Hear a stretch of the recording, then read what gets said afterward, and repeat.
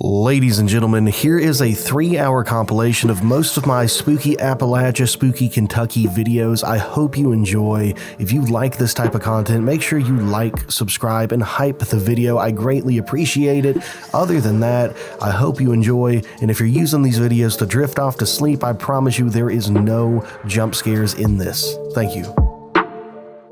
Welcome back to the Other Side Podcast. Today, we're going to be focusing on urban legends and myths that have circulated about Red River Gorge in Kentucky. Turn down the lights, put on your comfy clothes and fluffy bunny slippers, grab some hot cocoa, and prepare to look at things from the other side.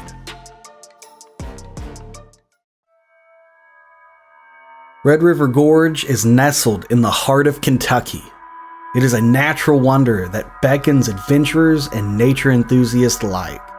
It's known for its rugged beauty, awe-inspiring landscapes, and the expansive gorge that has towering sandstone cliffs.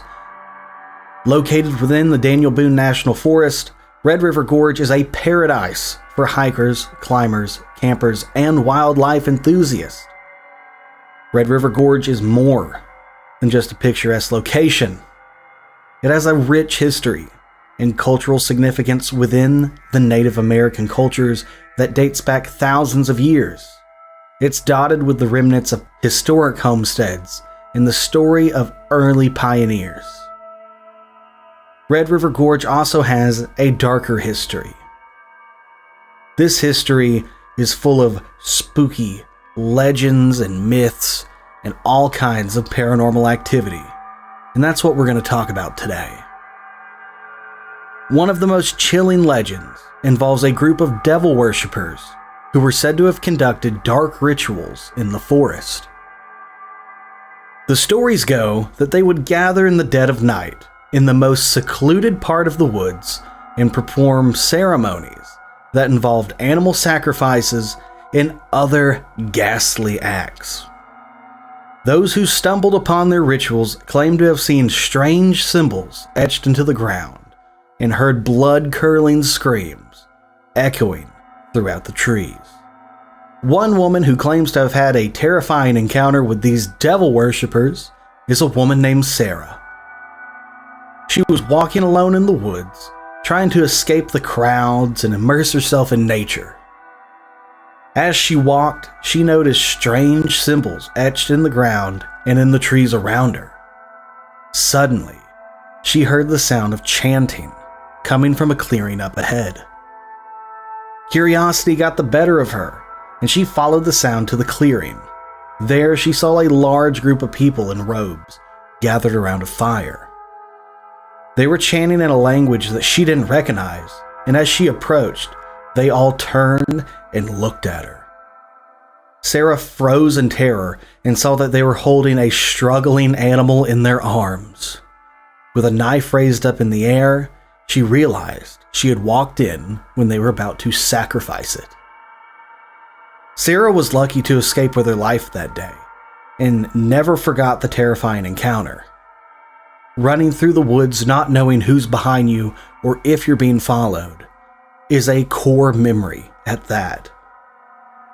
She looked into what she saw and later learned the symbols were associated with devil worship, and that area that she had been hiking was known as a site of occult activity. While Sarah's story is most likely fictional, it's a chilling reminder of the power of urban legends and that they spark our imaginations and haunt our thoughts. The stories of Red River Gorge may be nothing more than myths, but they can send shivers down our spine. Another spine-tingling tale involves the Gray Lady of Red River Gorge. The Gray Lady is a ghostly figure that is said to haunt the area around the Nada Tunnel.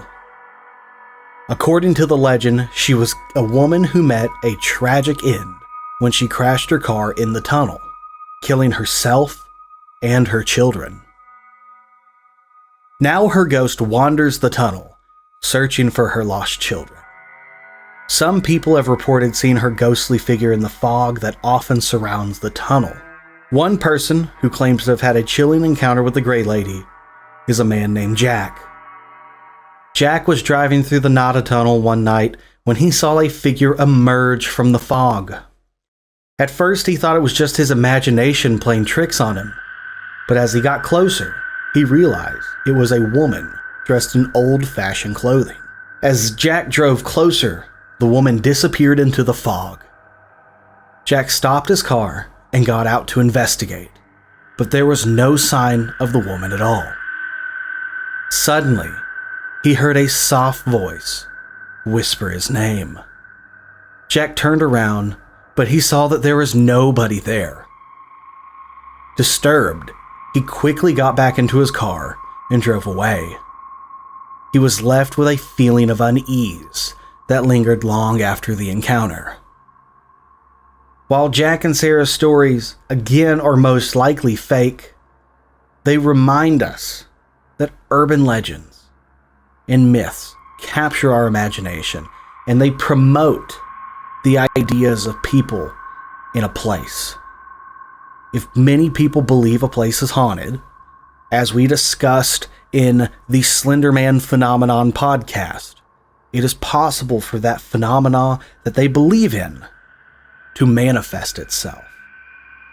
The stories of Red River Gorge may be just that. They may just be stories, but they can stir up a sense of mystery and intrigue and possibly manifest themselves.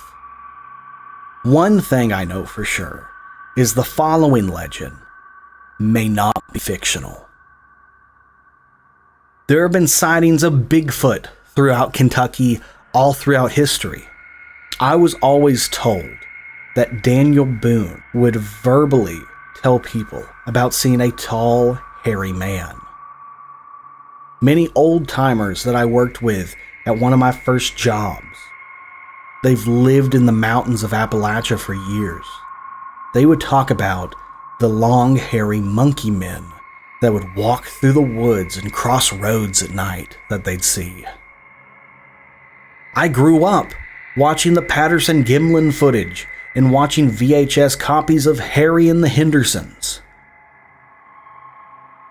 Sasquatch or Bigfoot has been in popular culture for quite a while, and Bigfoot is said to inhabit densely forested areas around Red River Gorge, and the sightings of this creature have been reported by hikers, campers, locals, and even police officers.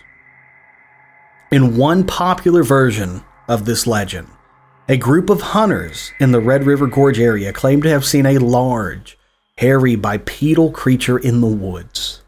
The beast was said to be around 8 feet tall and covered in red, matted fur. Its long arms swung as it walked. The hunters were reportedly so frightened by the encounter that they fled the area and never returned. Other stories claim that Bigfoot is a peaceful creature that lives in the woods and avoids contact with humans. The excellent paranormal researchers Greg and Dana Newkirk believe if you go out into the woods with the intention of catching a Bigfoot on film or catching a Bigfoot, doing something harmful to a Bigfoot, that whatever energy you're putting out, it can pick up on and it will not manifest itself, it will not show itself. It's more of a synchronistic opportunity when you see these creatures. So that kind of makes sense. People like the Newkirks even believe that Bigfoot is a supernatural entity that can disappear into thin air or use mind control to manipulate people. While there's no concrete evidence to support the existence of Bigfoot, we don't have a corpse. We don't have a Bigfoot skeleton, but it fascinates people. This legend intrigues everyone, and everyone wants to catch a glimpse of him. On the topic of cryptids that could be at Red River Gorge besides Sasquatch, there's one story that truly terrifies me. And that's the story of the Gorge Crawler. I found this story many years ago, and honestly, it's terrified me. It is something that I wish I could go back and not read about it. Because the idea that this thing could be real is absolutely terrifying. So this is a post that was originally posted into the Truth Is Here subreddit by a woman. I assume her Reddit username is KY Jackie. This is an amazing story. Okay, so I have no idea what exactly I saw that night. I've searched everywhere for sightings or even myths around the area of Red River Gorge, and I've found nothing. If anyone has any idea what we saw, or even if anyone has seen it, please let me know. My husband and I think it could be a Wendigo, but I don't know. I haven't heard anyone else say they've seen anything like it in Red River Gorge. I guess I want help figuring out what I saw and what to do. After the night I'm about to describe, I think we've had some close encounters with it since then. My friends and I go camping a lot, and my favorite place is Red River Gorge in Kentucky. We go there often, and since I was an infant, we've gone every year. I'm 28 now, married with kids, and I still go. It's the closest place to where I live that you can see the Milky Way pretty much every night. It's perfect for stargazing, and I've even seen shooting stars on every clear night I've been there. When we go without our kids, we like to night hike and find a good place to stargaze for hours. Our first experiences with night hiking, we would go to the trails we knew well and used frequently during the day. Ones with log fences and gazebos filled with resting places throughout the trail. The most used trail is the trail in Natural Bridge State Park that leads up to its namesake, the Natural Bridge. This trail is about 2 miles uphill depending on your starting point. I've done this trail every summer of my life, and I could probably do it blindfolded. It has wooden steps, carved rock steps, log handrails, and multiple sitting points under a roof. It has no lights at all. It's used pretty often, and while it's uphill, the difficulty is low. This is an easy trail. As long as you have good grip on your shoes and water with you, you'll be fine. My friends have done it with me multiple times and are confident that they could do it easily as well. Hiking this trail at night is not allowed, but it's the woods, and I've never really been one to care about closing times for the literal outside. When we use this main trail to hike to the top, we would park in the designated parking lot for the pool in Hoedown Island. You walk across the road that leads you to the pool, and you're at the first trail marker. You go up gravel for a while and pass the Natural Bridge State Park Lodge. There's a waterfall and some light, so it's best to go fast and watch out for rangers that would tell you to leave. When you walk across the road, there's another mini shelter there to sit or a small rock wall to rest your legs on. Then, it's the beginning of the trail to the top. The night was weird to begin with. As soon as we started the hike, the clouds took over. It appeared like we'd be walking for nothing. You can't stargaze with all that cloud coverage, but we went anyway, just in case it cleared out by the time we finished our hike up there. In the beginning, it was just normal paranoia that we might get caught that kept us stressed and quiet. You'll know you reach the bottom of the bridge when you see a giant wall of limestone. During this time, there was a gazebo set to the right of this wall, and the trail continued and followed to the next wall, where you'd come at it from a fairly steep part of the trail. And the gazebo is welcomed. It's time to take a break once you reach it. My husband, my best friend at the time, and I go sit on the gazebo steps. We each have a bright LED headlamp and a handheld flashlight. We usually don't look at each other when we night hike because the lights are so bright that it's blinding. We sit like the Lord's Supper and walk in the straight line or staggered so we don't blind each other. It's after hours at this point. No ski lift rides have gone on for hours and the rangers have already done their sweep and left.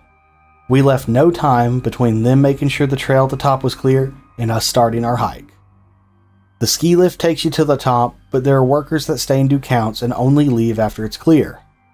I guess I'm having to make these points because seemingly out of nowhere, a girl with a headlamp begins to walk down the trail we're looking at. She is in a sundress and flip-flops. The hike is uphill, and while it's fairly easy, it's not easy without water or real shoes. She'd have to have hiked up and down to this point with no food or water. Her light was bright, and when she reached where the trail turns in front of the gazebo down to where we came from, she stopped. She stood there straight, like Da Vinci's sketch of a person. She was looking directly at us, all sitting there. Her light made me bring my hand up and shield my eyes. She didn't turn away from our lights at all. She didn't even seem bothered that 6 LED lights were aimed directly at her face. I said, "Hello?" She paused for a moment, and very robotically, between every word she took a break, she said, "Oh, I'm fine." Then she stood there, still with her hands out to her side, facing us and staring almost through us. Her light made it impossible to see her face, and it was so bright I had to hold my hand up the entire time, until she awkwardly turned and walked slowly down the trail that we had just came to. She had got to the part in the trail where we saw her light just stay in one spot for a minute, and then she turned and the light faded out of sight. We wait a while before continuing up. We didn't want to deal with this weird girl again, and I kept making comments about how weird that was. And everyone else just made it out with me being afraid. But no one ever came after her. Was she hiking alone at night? Was she running away? And somehow, was she never found by a ranger with a bright light like that? We got up, and after a bit, we started back up to the top. It felt like it took much longer than it should have in the past, but we made it. There's stone steps named Fat Man's Squeeze that you get to at the top of the bridge, and you can walk across it and whatever. We made it to this landmark. Going up and being at the top, we could hear twigs snapping, almost alternating, from the left of us to the right of us. We ignore it. It was strange, but we were kind of exhausted, so we lay down and tried to stargaze, but the clouds were even thicker now and it was miserably hot. On occasion, we could hear voices, and my husband kept checking for the people we heard. But we never saw anybody. We saw a light flash now and then, but never saw anybody attached to it. Then we heard a bird call. But it wasn't a real bird call. The noise alone convinced me that it wasn't a bird. It was as if somebody was impersonating. It was rhythmic, but not really natural, and I was convinced that we were not alone, and we hadn't been alone for a while. But I'm also the most easily spooked. I asked to leave as soon as they were ready, and they were ready right then and there. We were all scared, and the fact that they were just as afraid as me scared me even more. We began down the way we came, but it felt like it was taking much longer. We were going steady and quick, and it was downhill, so it's not like we weren't making ground. It's hard to explain, but at one point, we exclaimed out loud that it felt much longer, and everyone agreed. I kept looking behind me for the flashlight, and my husband kept looking out to the side to see if anyone else was there. We saw nothing. Now my friend kept watching in front of us. I kept feeling watched. and I couldn't figure out what footsteps were ours or if there was someone else. I would turn in the direction I would hear a noise and not see anything. When my husband was walking, he kept saying he was catching eyes in his flashlight, but usually you can catch raccoon eyes spying on you, or maybe he was afraid of a bear or a big dog, but we always attributed it to animals. He never got his lights on whatever the eyes belonged to, but we saw the reflection just long enough to see that they were animal-sized. Now, we're walking down a semi-flat area. Compared to the downhill hike we've been doing for the last bit, this was easy. There was a log fence or a handrail or whatever it's called on our right side, and we're walking in a line within reaching distance of the barrier. And my husband stops walking altogether and exclaims, "What's that?" But the question is more of an alert, and I move my hand lamp in that direction, and I don't see anything at first. Then both of his lights catch a shape, and then my headlamp catches it, and I move my hand lamp to the center. We all illuminate this creature, all 6 lights shining and reflecting off a light gray creature. It's bent in a crouching position, kneeling on its right leg, and then it starts turning toward us. It starts to slowly stand, and my mind is racing. It looks human, but it's just too big. People mistake human shapes for what are actually bears in the woods, but this is skinny. It's thin, but it's tall, and it's almost white that it's so light gray. Its skin resembles dolphin skin if I could compare it to anything. There's a shine to it, and our lights reflected in its little eyes. It gradually comes to a full standing position in front of us.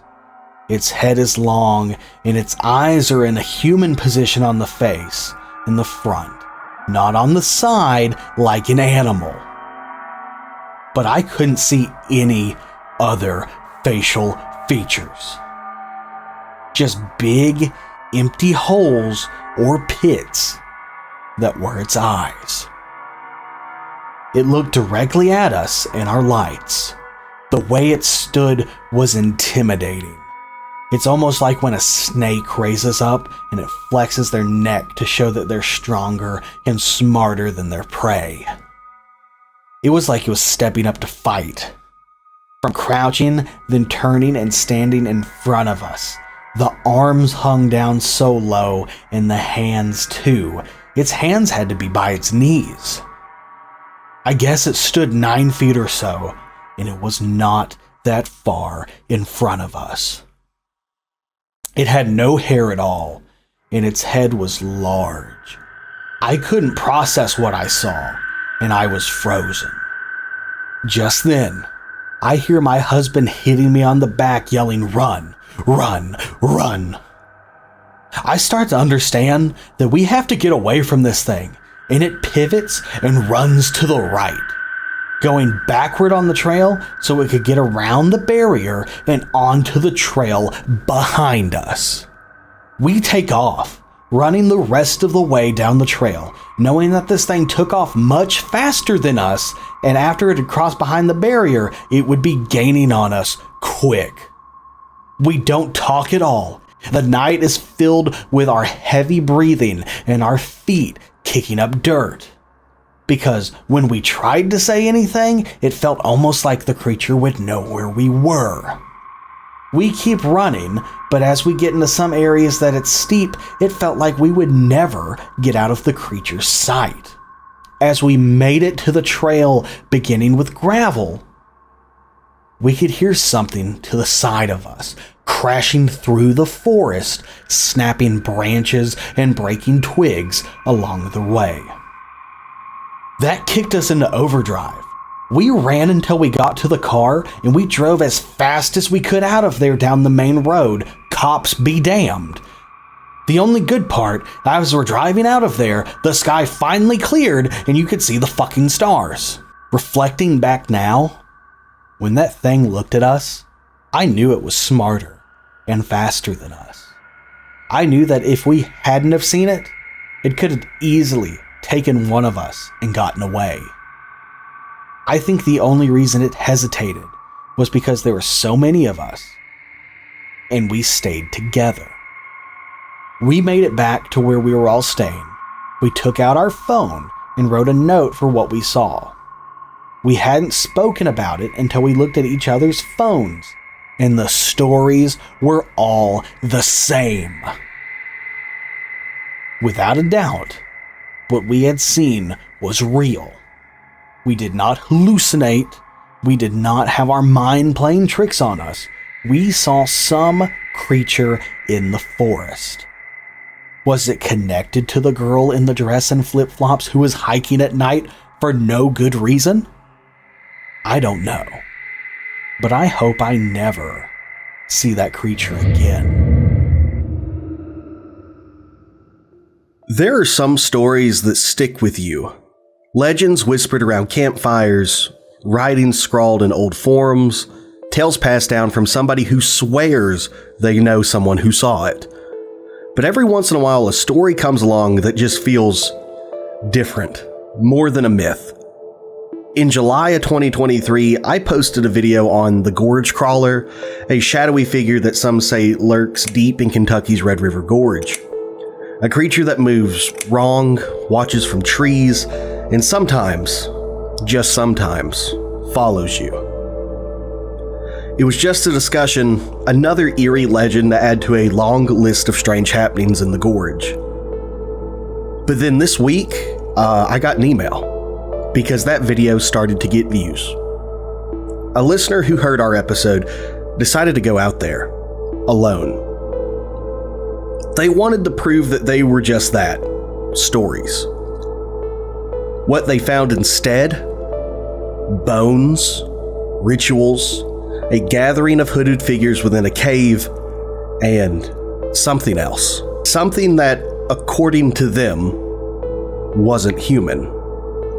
They ran, they claim they barely made it out, and now they refuse to go back. Unless I go with them. Tonight, we're diving into their experience. We're reading their email in full and breaking down every terrifying detail. What did they really see? Was it a cult, a creature, or something worse? Welcome to the other side. Here is the email that I received in its entirety.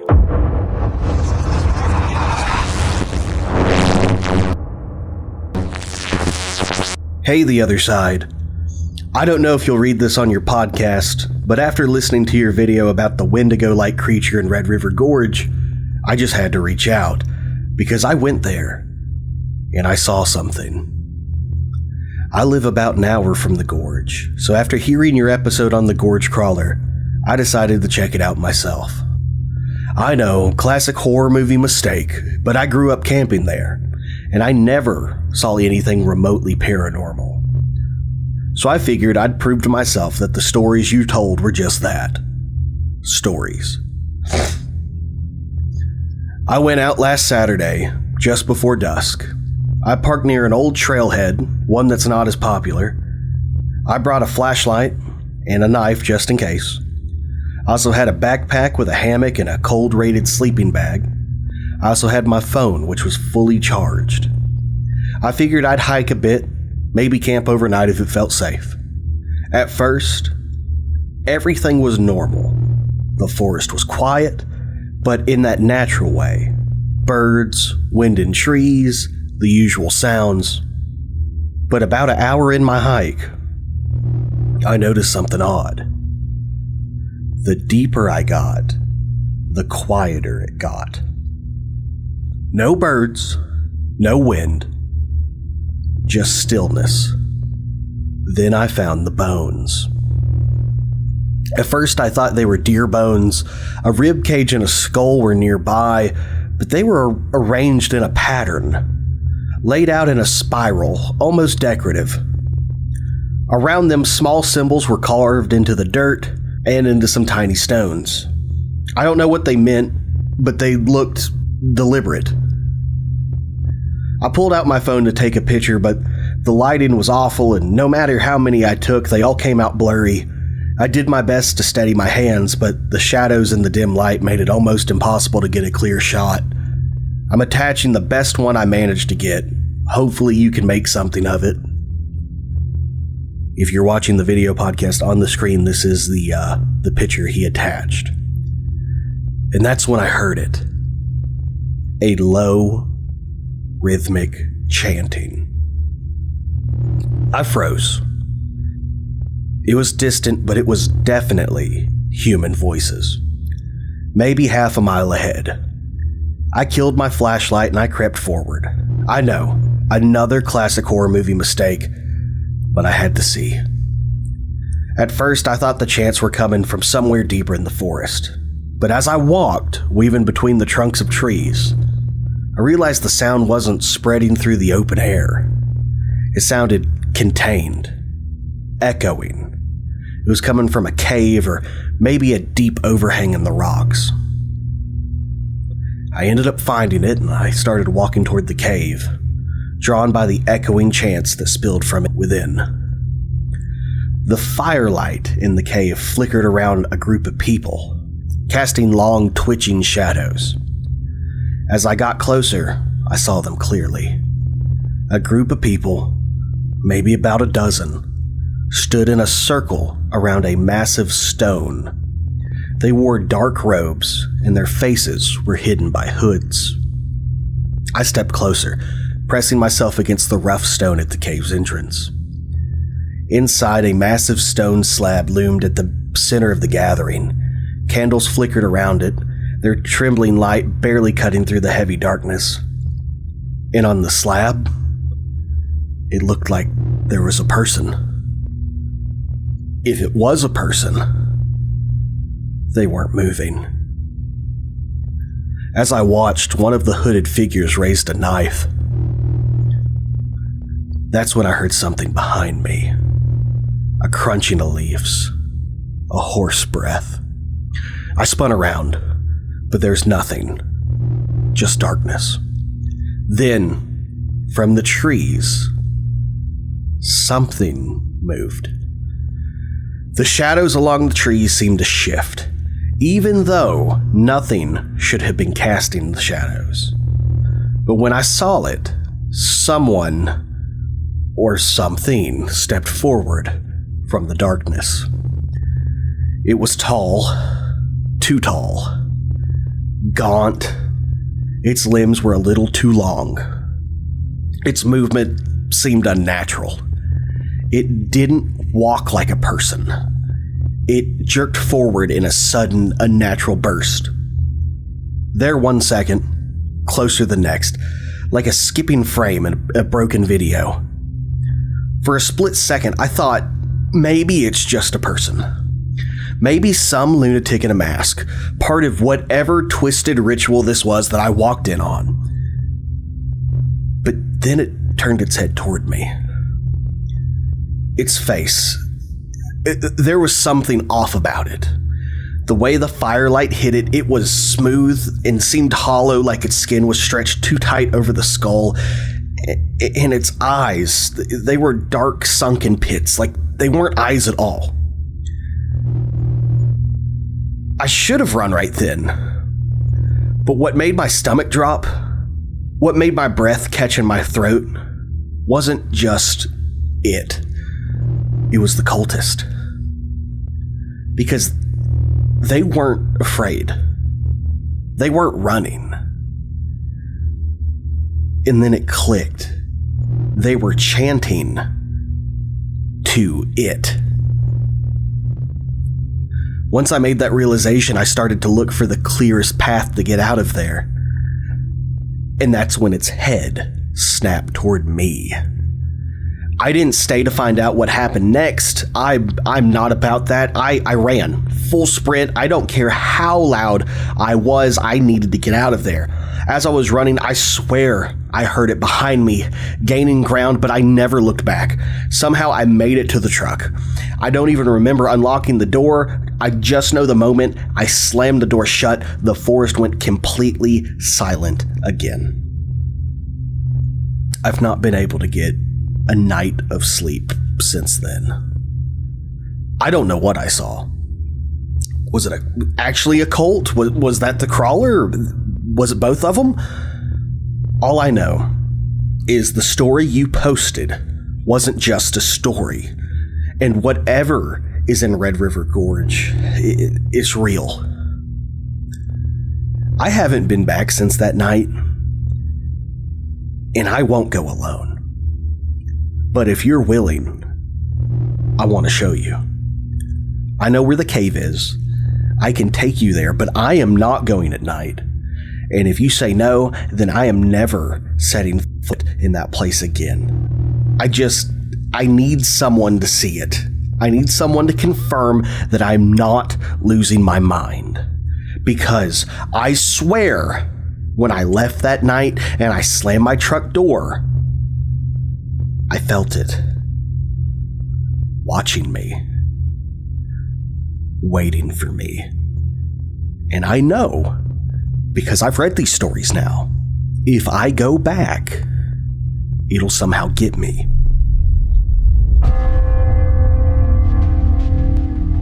Good Lord. Whew. I have goosebumps, just like the first time I read that email. That was crazy to read again. So, you know, if you looked at my channel at all, I've covered a variety of stories on this channel: cryptids, hauntings, unsettling encounters. But this is different. I don't know what is waiting in that cave in Red River Gorge. I don't know if it's a cult or a creature or something worse, instant death. But I do know one thing. I am absolutely going to Red River Gorge. Now, I realize this has all the makings of a bad creepypasta, a mysterious email, check, an invitation to a remote haunted location, check, possible human sacrifice scenario, check. But I can't tell this guy no. I can't say no. So, if this channel suddenly stops uploading here soon, maybe send somebody looking for me, preferably somebody with lots of flashlights, guns, and absolutely zero interest in chanting in caves. I will keep you all updated. I will plan this excursion with this guy, and we'll see what happens. There may be a delay in videos here soon because I'm going to a conference, but you'll know when I head to Red River Gorge. Ladies and gentlemen, welcome back to The Other Side. My name is John, and the stories you're about to hear come from real people, listeners like you, who have experienced the unexplained.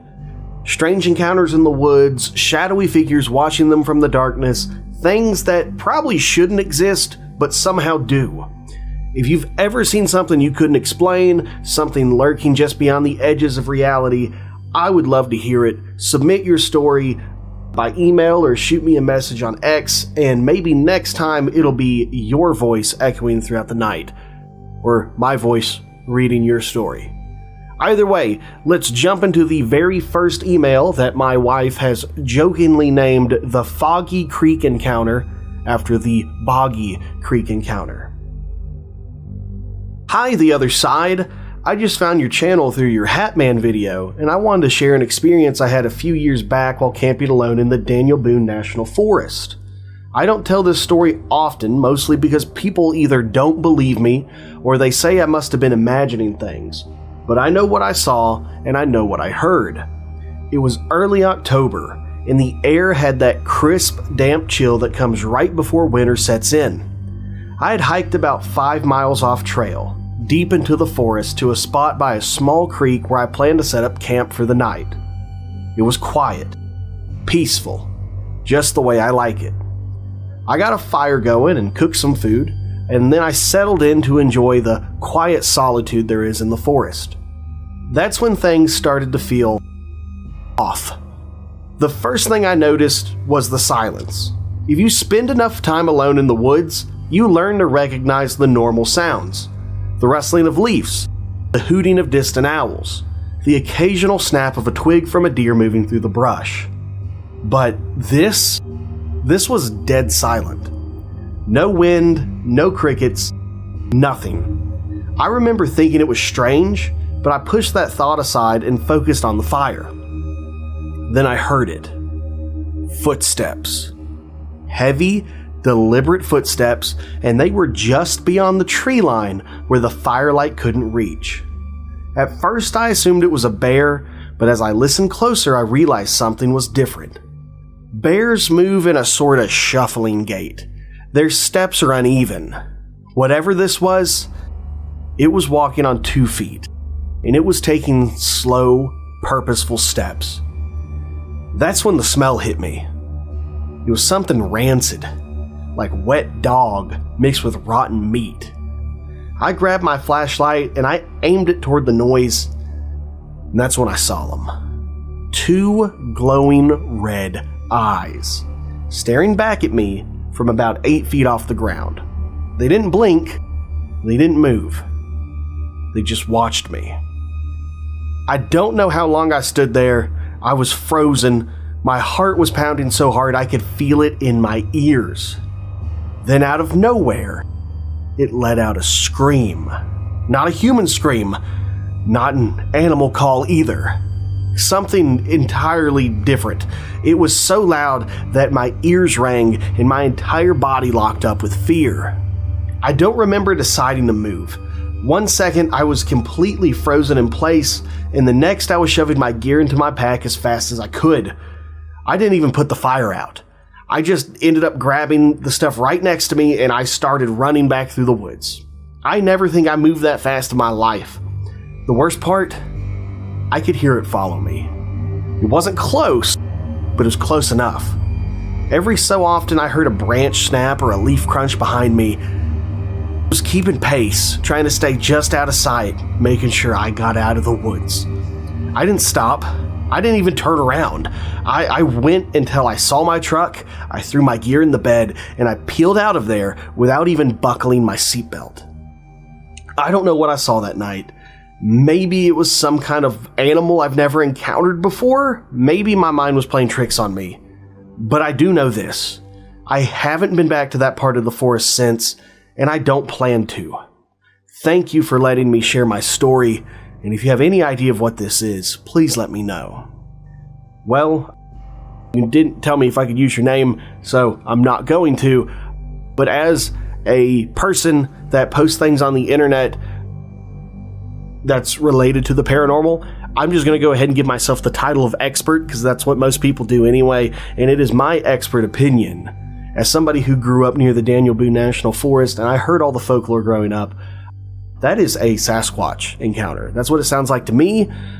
If you are interested in stuff like that, there's a bunch of Kentucky Bigfoot books by a guy named Barton Nunnally. I highly recommend you check those out if you've never heard of anything related to Kentucky Bigfoot. It's a really good introduction. That's all I really have to say, because I can guarantee you I would have done the Scooby-Doo run if I saw what you saw. My feet wouldn't have touched the ground for a couple seconds, and then I would have been gone, and the only thing that would have been left is the smell of me pooping my pants, because I wouldn't have been there. This next story was sent to me as a text message from a friend of the show. They started listening to the podcast. They got very interested, and somebody I know gave them my number so they could share some stories with me, and we've been talking back and forth. The Backyard Visitor. My grandpa always said that something big used to come up to our house at night when he was a kid. He lived way out in the Appalachian hills, and one evening while sitting on the porch, he watched a huge shadow move past the tree line. Thinking it was a bear, he grabbed his rifle and he hollered at it. But instead of running, the thing stopped and turned its head toward him, like it understood.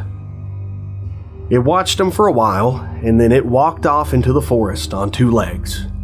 Grandpa swore up and down that it wasn't a bear and it wasn't a man. He said it came back sometimes, but as long as he left food out, It never caused any trouble. That's awesome. All these old Appalachian folk stories getting passed down, they're some of my favorite things ever. I grew up hearing them. If y'all have stories like this, I love them. Send them my way. The Hunter's Standoff. I was out hunting in Pike County. It was early morning, the kind of morning where the mist still clings to the trees, and the world just feels a little bit different. It's like that game my son plays, Silent Hills. I was deep in the woods, moving carefully with a rifle slung over my shoulder. Hunting is a way of life in these parts, and I've been out here plenty of times, but something, it just fell off that day. At first, I didn't notice it. The stillness. Normally, the woods are alive with sounds, birds calling to each other, squirrels rustling through the underbrush. But that morning, I don't remember hearing anything. It was like the forest was holding its breath. Like a predator was around. That's when I caught the scent. It was a foul scent. Like rotten meat mixed with something musty. The only time I've ever smelled something like this is when I worked for the coroner's office. It hit me out of nowhere. It was something wild. Thick and heavy in the cold morning air. I stopped in my tracks, and every instinct in me screamed that I wasn't alone. Then I saw it. About 50 yards ahead, partially obscured by the underbrush, stood something massive. Weren't no bear. No way. Thing was at least 8, maybe 9 feet tall. Broad shoulders, thick limbs, and it was covered in dark brown hair. It wasn't moving. It was just hiding. My breath caught in my throat. My hands shook and I lifted up the rifle. I wasn't going to shoot it. I needed to get a better look at it through my scope. But as soon as I brought up my rifle, the thing huffed, I guess. A deep, guttural sound that I felt go through my body more than I heard it. And then it took a step forward toward me. My gut told me everything I needed to know. If I pulled that damn trigger, I knew somehow, if I did, I wouldn't be making it out of the woods. I wouldn't be alive. So instead, I didn't break eye contact. I didn't lower my gun, but I slowly started backing away, and my heart was beating out of my chest. I kept my rifle up, my finger was off the trigger, but it was ready just in case, and I never turned my back on that thing. We stood like this while I was backing up for what felt like forever. Then without warning, it turned. It just walked away. Disappeared as if it had never been there at all. I didn't stick around. I made my way back to the truck as fast as I could without running because I didn't want it to know I was afraid. Thought maybe it would attack. I haven't been back to that spot since. Some folks around here say that there are things in these woods that we aren't meant to see. I never believed them until now.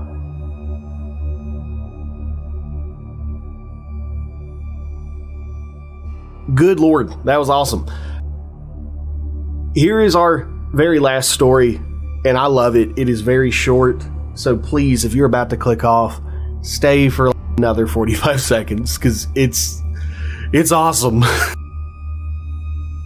This person, they messaged me on Twitter.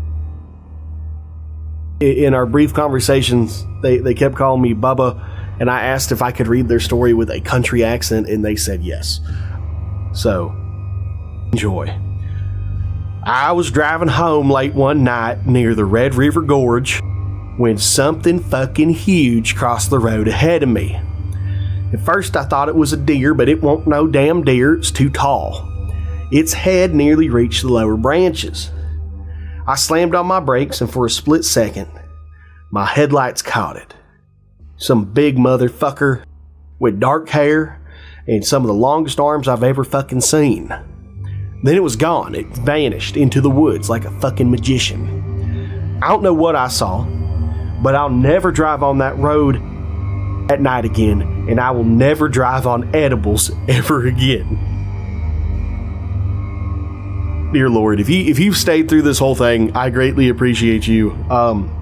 You are not like this last person and you're zooming around Red River Gorge on edibles, because Lord knows that's not a safe place to drive anyway. You're not alone. Across the world, people report the same terrifying figure. Tall, shadowy, wearing a wide-brimmed hat. He's there, standing at the foot of your bed, watching, waiting. In the lore, they call him the Hatman. I'm John, and this is The Other Side. Tonight, we're diving into the eerie Appalachian legend that's been haunting people for generations. A figure so many people have seen, but nobody truly understands. Turn down your lights if you dare, and let's step into the darkness. Hatman is no new legend. Unlike many spirits tied to a specific location, people all over the world have claimed to see him. But for some reason, Appalachia, especially Kentucky, seems to have more encounters than most. Most stories describe him as a tall, shadowy figure, wearing an old-fashioned hat, sometimes a wide-brimmed fedora, sometimes a top hat. No matter what, his features are barely visible, if at all, except for the feeling of his eyes. Even if you can't see them, you can feel that they're staring right into your soul.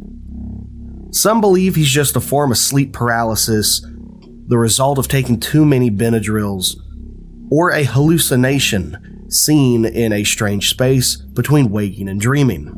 But others, they swear it's a real entity, and it's more real than anything that they've ever encountered.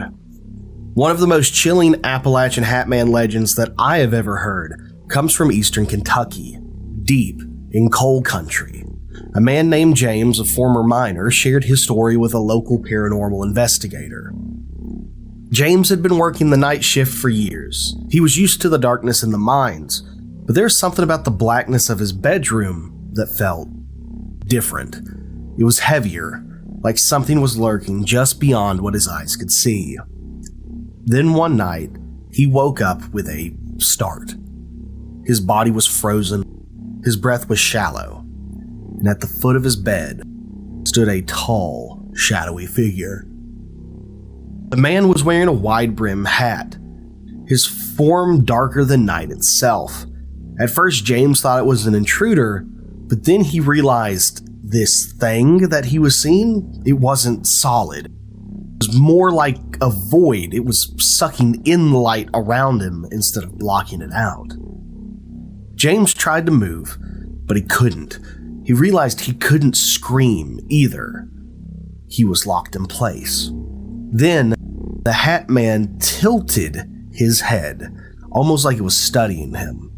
James swore that in that moment he felt something invading his mind. It was like it was searching through his memories, and it was reading him like a book.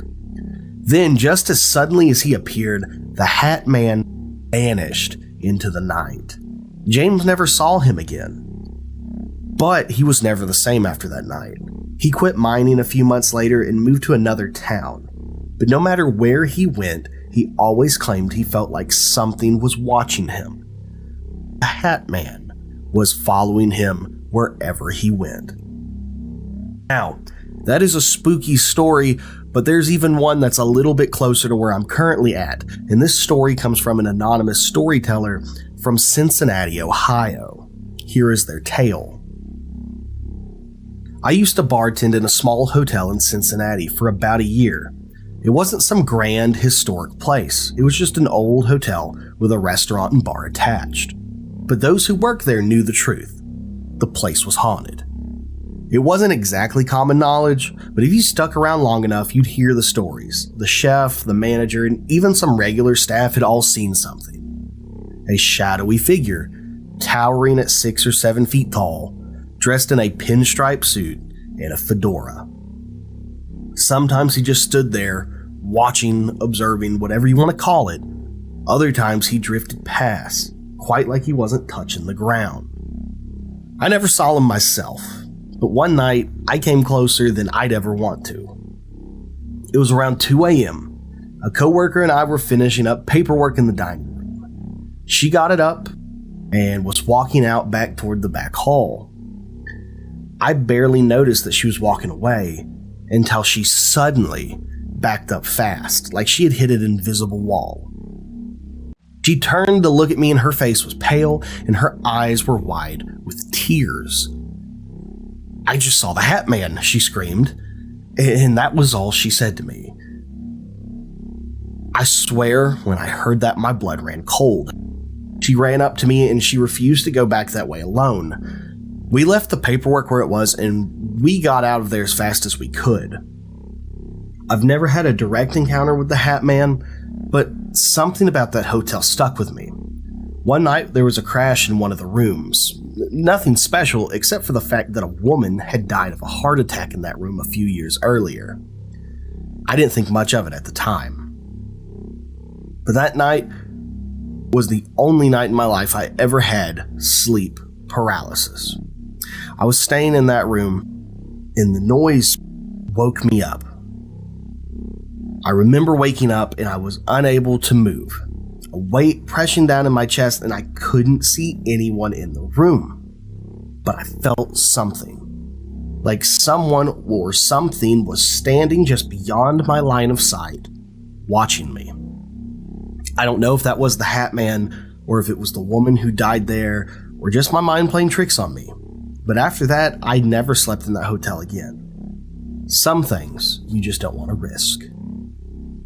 Now, I'm going to try to find out where that hotel is and go there and see if I can spend the night.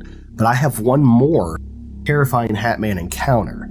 This comes from a listener named Jacob.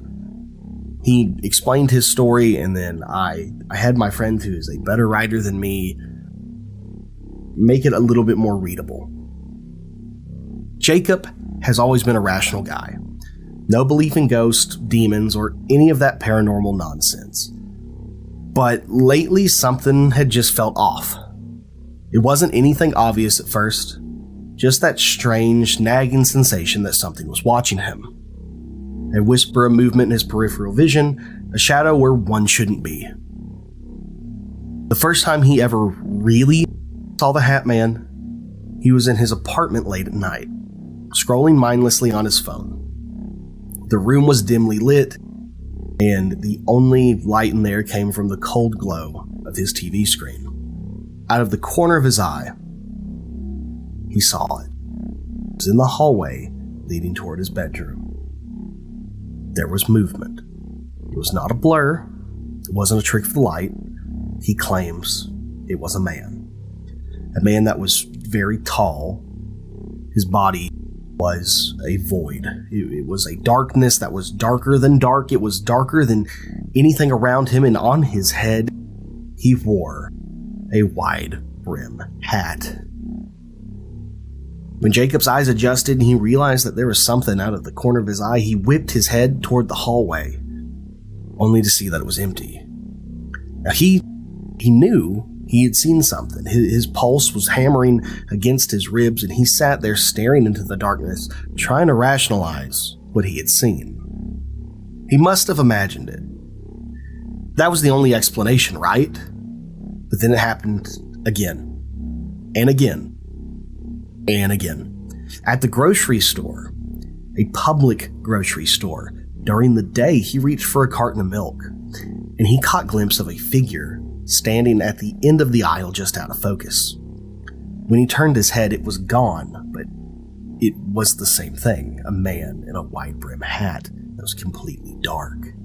At work, he felt eyes boring into the back of his skull as he sat at his desk. The reflection on the monitor showed that there was a shape just behind him. A man wearing a hat, tilting his head just slightly, watching him. When he turned around, he tore off his headphones at work, spun around in his cubicle, and there was nothing there. At night, in his apartment, he started to keep the lights on because he was afraid to see the Hatman, but that didn't help. One evening he was brushing his teeth and the bathroom mirror was fogging slightly from the shower steam. He bent down to spit the toothpaste out, and when he looked back up into the mirror, the Hatman was standing right behind them. This shadowy figure, he said it was looming behind him. It was hazy. It was like the form was vibrating, but there was only one thing that wasn't a blur. It was two eyes, two empty pits. They were almost white. They were staring at him. Jacob freaked out, understandably, and spun around, and again, there was nothing there. The bathroom was empty. He freaked out, and that night, he barely slept. He said that every time he closed his eyes, he felt like a man was watching him, like the Hatman was standing right there. And it got worse. Jacob kept saying he was seeing the Hatman everywhere, stoplights, peering at him from cars beside him. At the laundromat, he could see the Hatman reflected on the dryer doors, standing across the street from his apartment under street lights at night. Everywhere he looked, he saw the Hatman. And then the dream started. He'd wake up paralyzed, unable to move, unable to scream, and the Hatman would loom over his bed. He never spoke. He never reached out and touched him. He only watched. One night, Jacob woke up, and he woke up with a start. He could barely breathe, the heavy breathing, covered in sweat. He turned his head toward his bedroom door and immediately freaked out. The bedroom door that he always kept closed and locked was open, and the Hatman was standing in his room. Wasn't in the corner, wasn't in the doorway. It was standing right there next to him, next to his bed. The void where his face should be was right next to Jacob's own face. And this time, he moved. Jacob claims that slowly, the Hatman leaned in and those hollow eyes were staring straight at him. He couldn't move. It was as if the Hatman breathed in his fear. He heard a hoarse breath. He claims that he heard Hatman whisper something. He couldn't say what it was. He didn't understand it. And then the Hatman was gone. Since that day, and it's been almost a year, according to him, he hasn't seen the Hatman since. Is the Hatman still there, watching Jacob, waiting for him to go back to sleep, to drink in his fear again, or did he get what he wanted?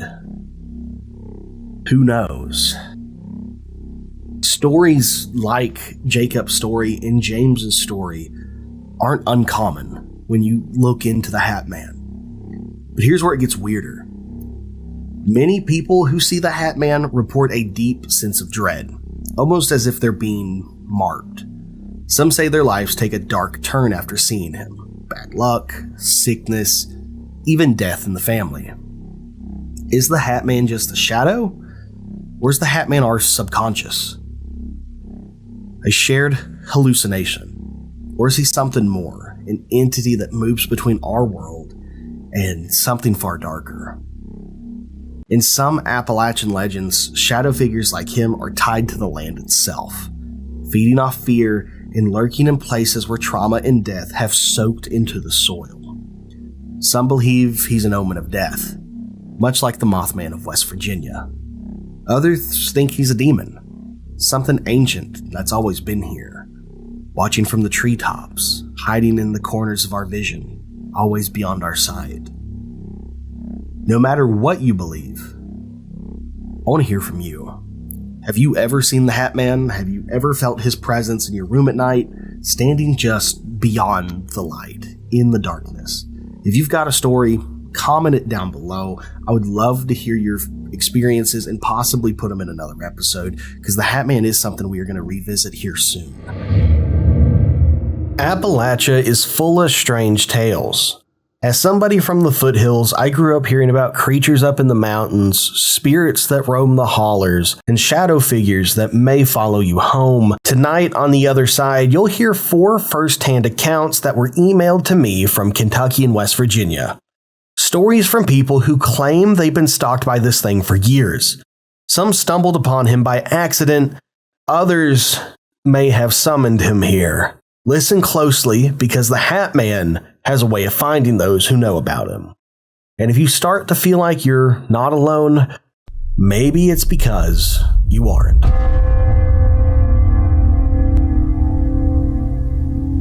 This first story was sent in by Mitch from Eastern Kentucky. In 2016, I was a senior in high school, and like a lot of dumb teenagers, I was always looking for a way to freak out my friends. One night in late October, I came across a Hatman summoning ritual on 4chan. It was stupid, or at least I thought it was. You needed a mirror, a candle, and to repeat this phrase in complete darkness at 3:03 a.m. while staring at your own reflection. I don't even remember the words now, but I know I did exactly like the post said. That night, I woke up with the feeling someone was standing in my room. I thought it was my dad, but when I opened my eyes, there was a tall man in the corner wearing a wide-brimmed hat. His outline was pitch black, like a shadow, but somehow darker than the rest of the room. He didn't move, he didn't speak. He just stood there. I blinked, and he was gone. But that wasn't the end. Since then, I've seen him everywhere. He's in doorways, at the edge of parking lots, standing under street lamps that somehow don't light him at all. I've lost 3 jobs because I've had panic attacks at work. My fiance left me after I woke up screaming one night and said, "He's here." I've tried moving, but he follows. Last year, I built a shack deep in the woods on my grandfather's old property, miles from town. I thought maybe if I cut myself off from people and stayed hidden, he'd lose track of me. But he still finds me. Sometimes I hear footsteps circling the shack at night. Once I found his hat, just sitting on the step outside, wet from the rain. I didn't touch it. I don't know if the ritual summoned him or if I just invited him in somehow. But I do know this. If you're reading this, don't try it. He's real. And once he sees you, you belong to him. Our next story is from Kayla from Boone County, Kentucky. The Florence Mall has been dying for years. Half of the stores are empty, and the food court is almost quiet. I like walking there early in the morning before work because it's warm, safe, and empty. At least, I used to feel safe. Last November, I was walking past the old Sears entrance. The glass was so grimy that you could barely see through it, but I caught my reflection in the window. And then I saw something else. Behind me in the reflection was a tall man in a long coat and a wide-brimmed hat. At first, I thought he was just somebody passing by, but when I turned around, there was nobody there. I looked back at the glass, and he was still in the reflection. I walked faster, telling myself it was my imagination, but as I passed each store, I kept catching him in the reflections of windows. Sometimes he was far behind me, sometimes he was closer, but never in the actual space when I turned around. When I got on the escalator, I looked into the glass railing, and he was right behind me.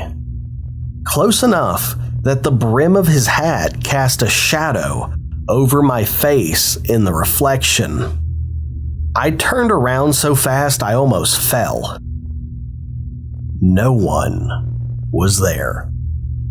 I ran to my car and the automatic doors hesitated before opening, like they didn't want me to leave, like they didn't want to let me out.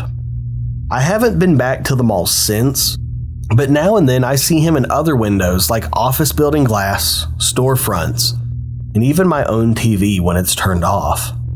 And every time, he seems just a little bit closer. Listener Eric from Pike County, Kentucky sent this story in. There's an old gravel road near my house that leads to a collapsed mine. It's not on any maps, and most folks around here don't even know it exists anymore. I go there sometimes at night to sit in my truck, drink a beer, and think. One night in early spring, I was parked there when I noticed movement in my side mirror. At first, I thought it was a deer, but the shape was all wrong. It was tall and skinny and stood out against the moonlight. I turned my head, but there was nothing. I told myself it was just my imagination, until I looked in the rearview mirror. He was standing in the middle of the road, about 30 feet back. Black hat, black coat, no face that I could see. Just still, watching. I started my truck and backed up to turn around. The moment my headlights passed over him, he was gone. I drove home fast, checking every mirror the whole way. That night, I woke up to the sound of gravel crunching outside my bedroom window. The mine road is miles away from my house. I haven't gone back since, but 2 weeks ago, I found a trail of wet footprints leading from my front door to my bedroom, stopping right at my bed. Our final story from tonight comes from a paranormal researcher who is actively hunting the Hatman. Elijah Anacini has apparently dedicated his life to hunting down this creature. I've been chasing ghosts, cryptids, and Appalachian legends for the better part of 20 years. I've spent nights in abandoned mining towns, walked through hollowed-out train tunnels in pitch black, and camped in deep hollers where no cell phone can get a signal. I've seen things that make my hands shake for hours afterward. But the Hatman, he's different. My first encounter was in 2009 in Mingo County, West Virginia. I was running an investigation at an old boarding house that had been converted into apartments. Tenants were reporting night terrors, shadow figures, and an overwhelming sense of dread in the hallways. I set up cameras in the main stairwell and sat on the second floor landing with a thermal imager. Around 2:15 a.m., the hallway went noticeably colder, not gradually, but like somebody had opened a freezer door. My equipment spiked, and then I saw him. Tall, blacker than the darkness around him, wide brim hat and all. No discernible facial features. He was at the far end of the hallway, just standing there. My first thought was that it's a solid figure, a real person. I called out, "Sir, this is private property." No response. I raised my flashlight, but the beam seemed to bend around him, like light refused to touch him. In the split second it took for me to blink, he was suddenly much closer. Maybe 20 feet away. No footsteps, no sound. I tried taking a thermal snapshot, but he didn't register. The space he occupied was just absent, like a hole in the image. My EMF detector went dead. Then the lights in the building flickered, and he was gone. This was the first time. I've seen him 4 more times since. In different counties, different states, different situations. Sometimes in a house, sometimes in the woods. Once in the middle of an empty parking lot in Hazard, Kentucky at 3 a.m. Each time, it's always the same. The sudden drop in temperature, the oppressive silence, and the hat. Always the hat. I started actively researching him, talking to locals, digging in the old stories. I found accounts going back decades. Coal miners claiming to see him standing at the mouth of the shaft before cave-ins. Mothers swearing he appeared in their children's room before sudden illness. Hunters spotting him right before they got lost in the woods for hours. There's a pattern, though. Once you've seen him, it's like he remembers you. I think he marks people. I've spoken to others who've encountered him, and many have had their lives unraveled afterward. They've lost jobs, failed relationships, and suffered sudden isolation. It's like he pushes you out of the normal world and into his. I'll admit it, I've gotten obsessed. My apartment walls are covered in maps with pins marking sightings, photos of shadowy figures, printouts from paranormal forums, and sketches from witnesses. I've even gone as far to camp in places he's been seen often, baiting him with mirrors, candles, and the same rituals people claim summoned him. Last month, I think I finally got his attention.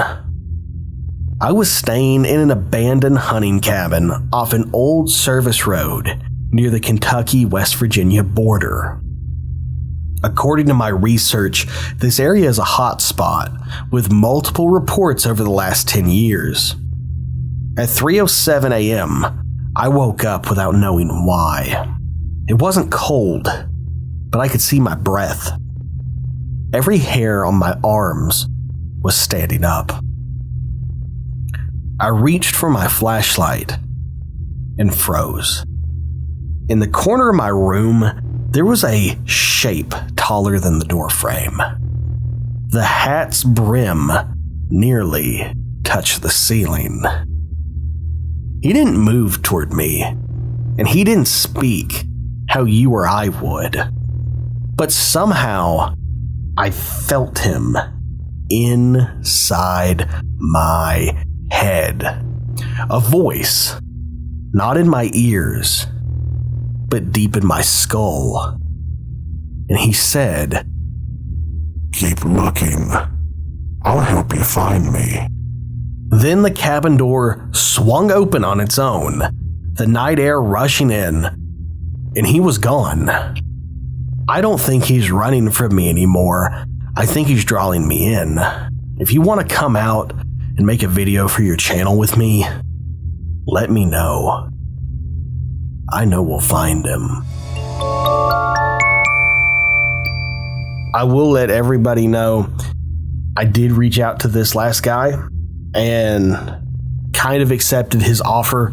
I don't know when I'm going to be able to go out there, and he's not responded to me yet. I still need to go to Red River Gorge and try to find the crawler, another YouTuber, Monster Bait.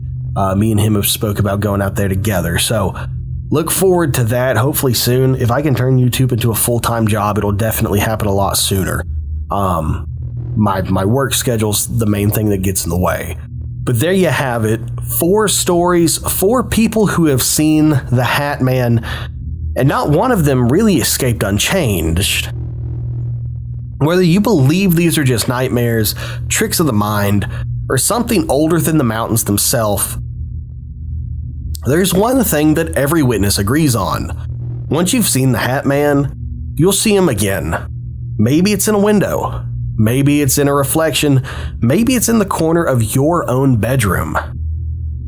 And if you feel the air grow cold and notice a shadow wearing a wide brim hat. Don't blink. You might miss the last thing you'll ever see. Deep in the Appalachian foothills of Kentucky, an old family held onto a set of rules. Rules that seemed a bit strange, even ridiculous at first. Don't whistle in the woods. Don't go into the woods alone. If you hear your name being called, don't answer. And if you see somebody in the woods that you think you know you didn't. Tonight, we're diving into a first-hand account from No Sleep, a story about an unknown entity, a dark family secret, and an eerie set of warnings meant to keep something or someone out. But what if warnings weren't enough? What if it got in? Our storyteller was just 11 years old when he experienced something he still can't explain. He lived with his father and grandmother in a holler, a deep valley between foothills, where the only neighbors were family. His grandmother laid down the rules. You don't answer if you hear your name called, you don't whistle, and if you see something that looks like someone you know you didn't. And he followed those rules his whole life. Until one warm August night, he and his father were camping just a short walk away from their home. The woods were alive with sound, the chirping of crickets, the babbling of a nearby stream, the rustling of trees. His father left to check on his grandmother, leaving him alone with the fire. But within minutes, everything changed. The forest fell silent. No crickets, no wind. Even the sound of the stream faded out, like it had been swallowed by the dark. And then he smelled it. An awful, disgusting, metallic tang. It was so strong that he could taste it in the back of his throat. The fire started to flicker. His chest tightened, and just as he started to panic, his father returned to the campsite. But instead of comfort, his father was furious. "Did you throw something in the fire?" he yelled. "I can smell burning metal." The boy just shook his head. The fire was untouched. His father's face darkened. "Storm's coming. Let's go," he said. And so they walked home, leaving their tent behind. The rain had just started falling when the first bolt of lightning flashed, and for a split second, everything was as bright as day. And that's when he saw it. A figure, just past the yard, across the stream, just beyond the first line of trees. The light just vanished after that, leaving only darkness, and his stomach turned. The next flash of lightning came, and the figure was closer. It stood between the trees now. The shape was just wrong. The head was too big. The arms, they were too long. It was like a blind man's drawing of a person, warped and unnatural. Another flash. The thing stood in the middle of the road. No hesitation, he and his father turned and ran inside. His grandmother didn't even question him and his father. She ordered his father to lock every single door and window. Her hands were shaking as she spoke. That night, he slept in her bed. The next morning, they went out and found the tent. The door had been torn open. Not cut, not clawed, but pulled apart. Up the road, his uncle's chickens were found dead. No blood, no heads. For weeks after, kids weren't allowed to wait for the bus alone. Nobody spoke about what happened. And when years later, the storyteller finally mentioned it again, his aunt cut him off. Her voice was sharp with fear. "Don't you talk about that. Don't you put that evil on them." And that was the moment he realized. They knew. They had always known. And upon digging a little deeper, there was a name for what he saw that night. The Goat Man. The Goat Man legend stretches across the country, but in Appalachia specifically, it carries a really heavy weight. Stories describe the entity as something that mimics human voices, calls to people in the woods, and appears in a form that is almost, but not quite human. Those who encounter it often report the same strange details: the overwhelming metallic scent, unnatural silence, and the unshakable sense of being watched. I myself have never seen the Goat Man, but growing up in Kentucky, you always hear about the Pope Lick monster in Louisville, but I always heard stories, especially about Devil's Creek, near Cumberland Falls.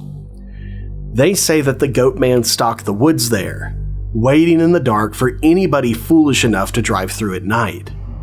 But what made Devil's Creek different was the origin story. It wasn't just a regular old folktale. In the 1970s or 80s, a biker gang took over the small community that once called Devil's Creek home. People whisper about what really happened there. Some say they drove out the locals. Others say something much darker took place because, according to the legend, a sacrifice was made. A human, a goat, and a twisted ritual, and from that the Goat Man was born. People who drove through Devil's Creek at night told stories of something slamming into their cars, something huge with twisted limbs and burning red eyes. Others claimed to hear their names whispered in the wind, urging them to pull over, to step outside into the dark. A few people did, and they were never seen again. Whatever happened in Devil's Creek, one thing is for sure: the Goat Man is not just a campfire story, because people around there, they still talk about him. They still claim to see him. And if you ever find yourself near Cumberland Falls at night, maybe just keep your doors locked. And whatever you do, don't stop. So, what is the Goat Man? Is he a cryptid, a spirit, a demon? Some people believe that Goat Man is a flesh and blood creature, possibly an undiscovered predator that has been lurking in the wilderness for thousands of years. Others tie it to Native American folklore, an entity that wears the skin of men but is not of this world. Sounds very much like a skinwalker or a Wendigo if you want to get into the mixed mythologies. More modern theories suggest it could be related to the missing 411 cases that were popularized by David Paulides. Strange disappearances in national parks where people report hearing their names called just before vanishing. Could the metallic scent be linked to the ozone from an approaching storm, or is it something more sinister? Whatever it is, one thing is for certain: those people in the foothills, they still follow the rules. They don't go out alone. They don't answer their name in the dark. And if they see something in the woods that looks familiar, no, they didn't. So what do you think? Have you ever had an experience like this, a strange figure in the woods or a sound that called you when nobody was there? I want to hear your stories. Shoot me an email, drop a comment, or message me on X, and I might just share your experience in a future episode. Our next video is going to be user-submitted Bigfoot stories, so you may be able to slide a story into that one if you're quick enough. Either way, I want to hear from you. Remember, please be safe if you ever go out in the woods looking for any of these things. Some things in the dark are best left unanswered. Stay safe out there. There are places in the woods where the trees grow too close and the silence feels heavy, like the land itself is holding its breath. In the forgotten corners of Appalachia, folks know better than to wander too far from the firelight. Not just because of bears or bobcats, but because of the watchers. The ones who stay just out of sight, just out of reach, until they're not. In tonight's video, you're going to hear 3 true accounts from people who ventured too deep, stayed too long, or listened too closely, and they came back changed. Stories of pale things that mimic our footsteps, of ancient watchers who don't blink, and of songs whispered through moss-choked hollows. These aren't ghost stories. These are warnings. Welcome to the other side. My name is John, and let's just jump into it. Our first story is titled, The Ones That Watch. I grew up in a tiny town in West Virginia, nestled deep in the Appalachian Mountains. My family has lived there for generations, long enough to have our own stories about things that lurk beyond the tree line. I never believed any of it.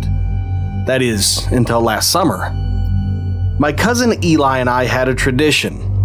Every June, we'd spend a week camping near an old abandoned logging road deep in the woods.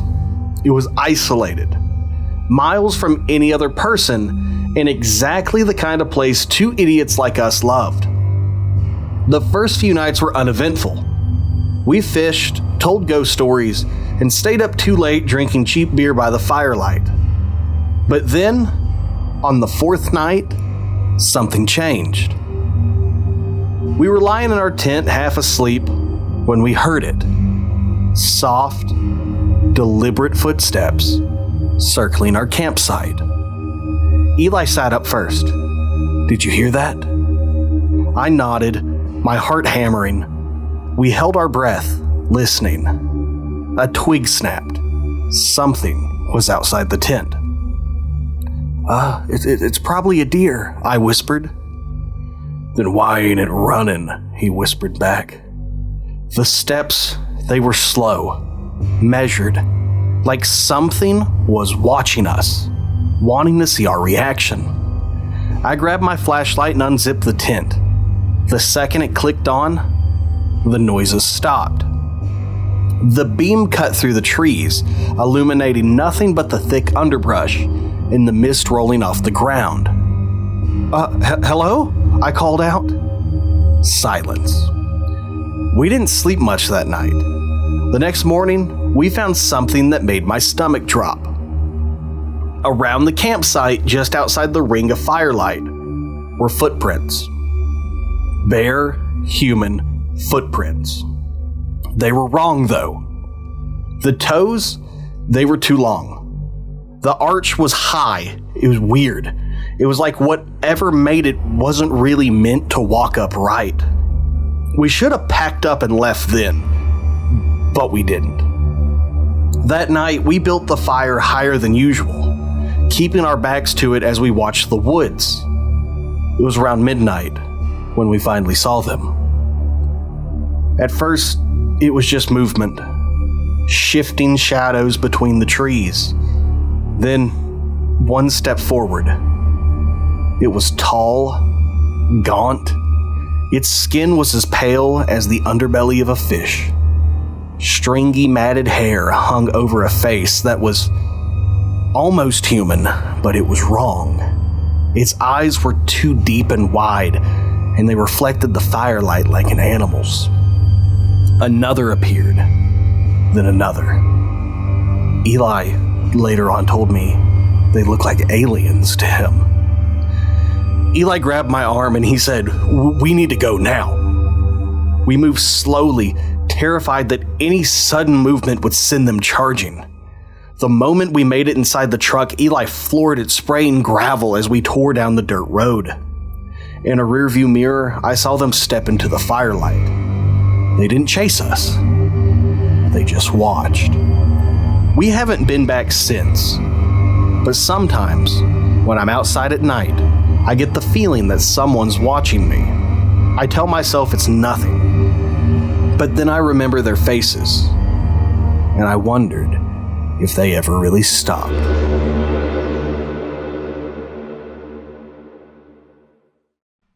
Story 2. Not Bigfoot.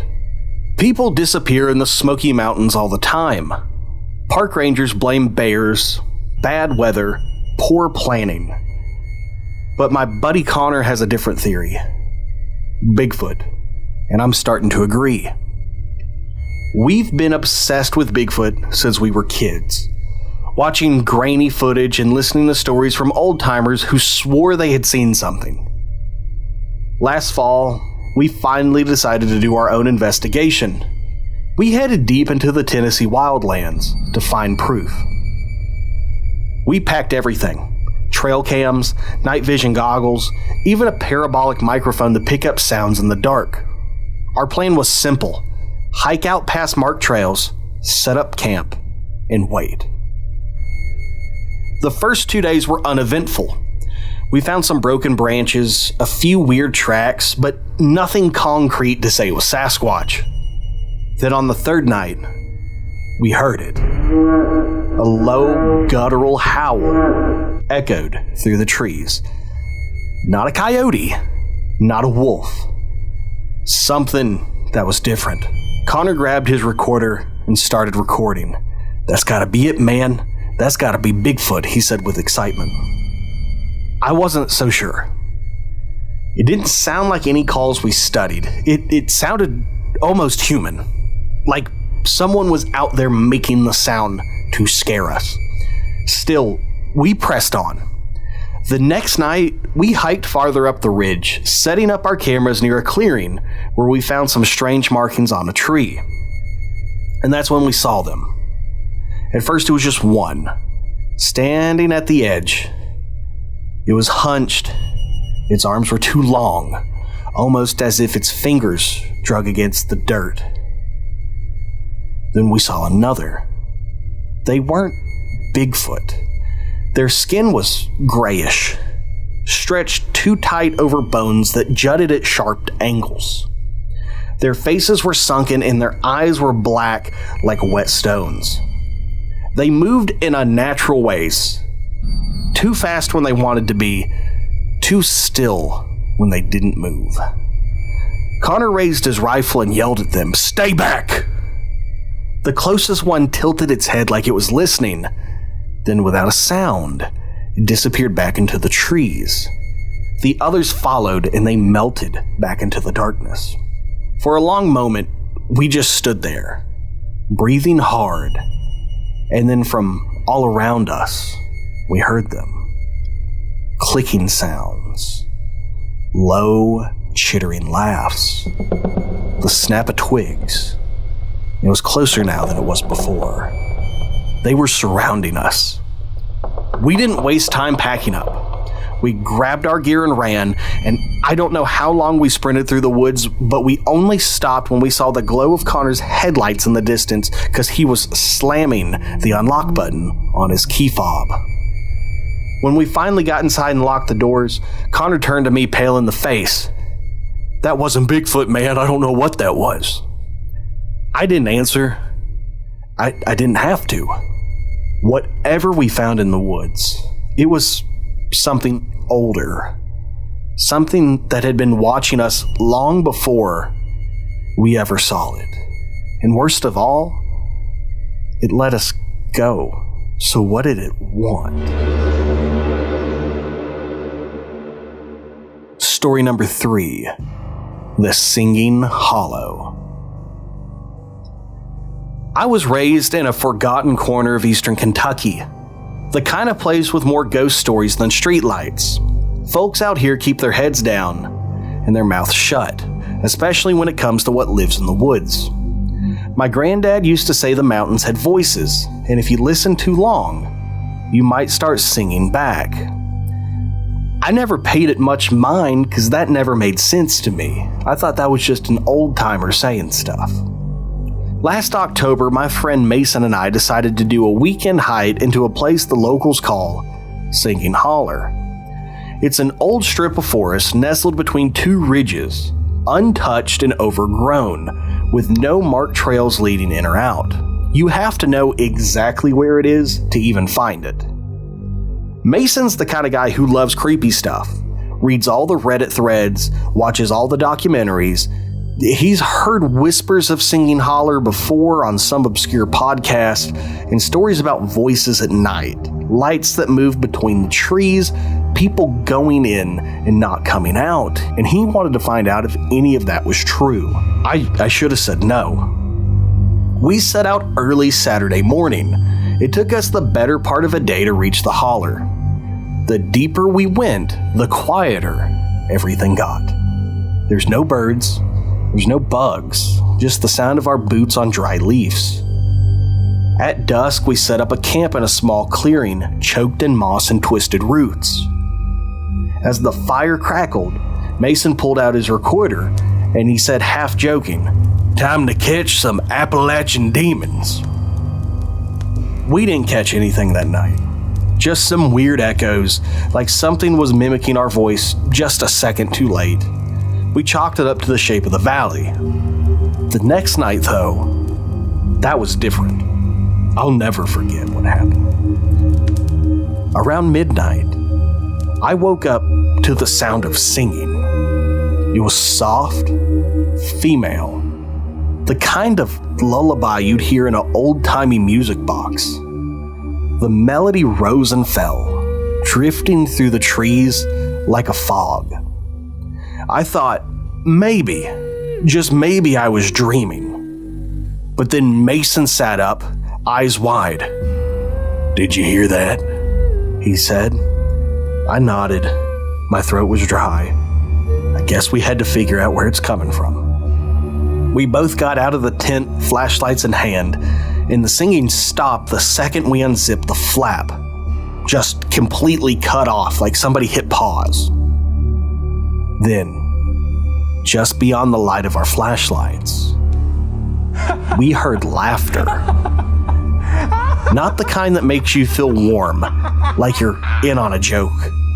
The kind that sounds wet and broken, like somebody was trying to remember what laughing was supposed to sound like.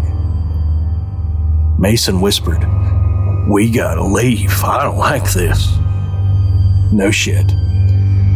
When we turned, the trail we hiked on wasn't there. I swear to God, hand on the Bible, it was replaced by a thicket of trees that we hadn't seen there before. Old growth trees, gnarled, covered in moss, like they've been growing for hundreds, if not thousands, of years. And that's when we saw her, standing just past the firelight's edge, barefoot, pale. Her hair hung like a veil over her face, and she wore a dress that looked like it belonged in a Civil War reenactment, torn and stained like the dirt she crawled out of. And she was humming the same lullaby that woke us up. I couldn't move. Mason started praying under his breath, which only made her tilt her head, curious, like a crow watching a shiny thing. Then, more of them stepped out. Men, women, children. They were all wearing clothes from another time, all barefoot and all wrong. Their faces were stretched, and they were grinning like the Joker. Like the grin didn't fit their face or their skin, and every single one of them was humming the same tune, over and over and over. We didn't wait. We didn't even grab our bags. We just ran. We left the fire behind us, and the sound of the humming got louder as we ran. We ran until dawn, when we finally found the road and found the truck. We got in, locked the doors, and we didn't say a word the whole ride home. Luckily, the only thing we didn't leave behind was Mason's recorder. Later, I checked the recordings. Most of it was static, but right around midnight, just before we woke up, there was something. A voice, clear as day, as if they knew where the recorder was, said, "Stay a while. We've missed the music." We haven't spoken about that night since.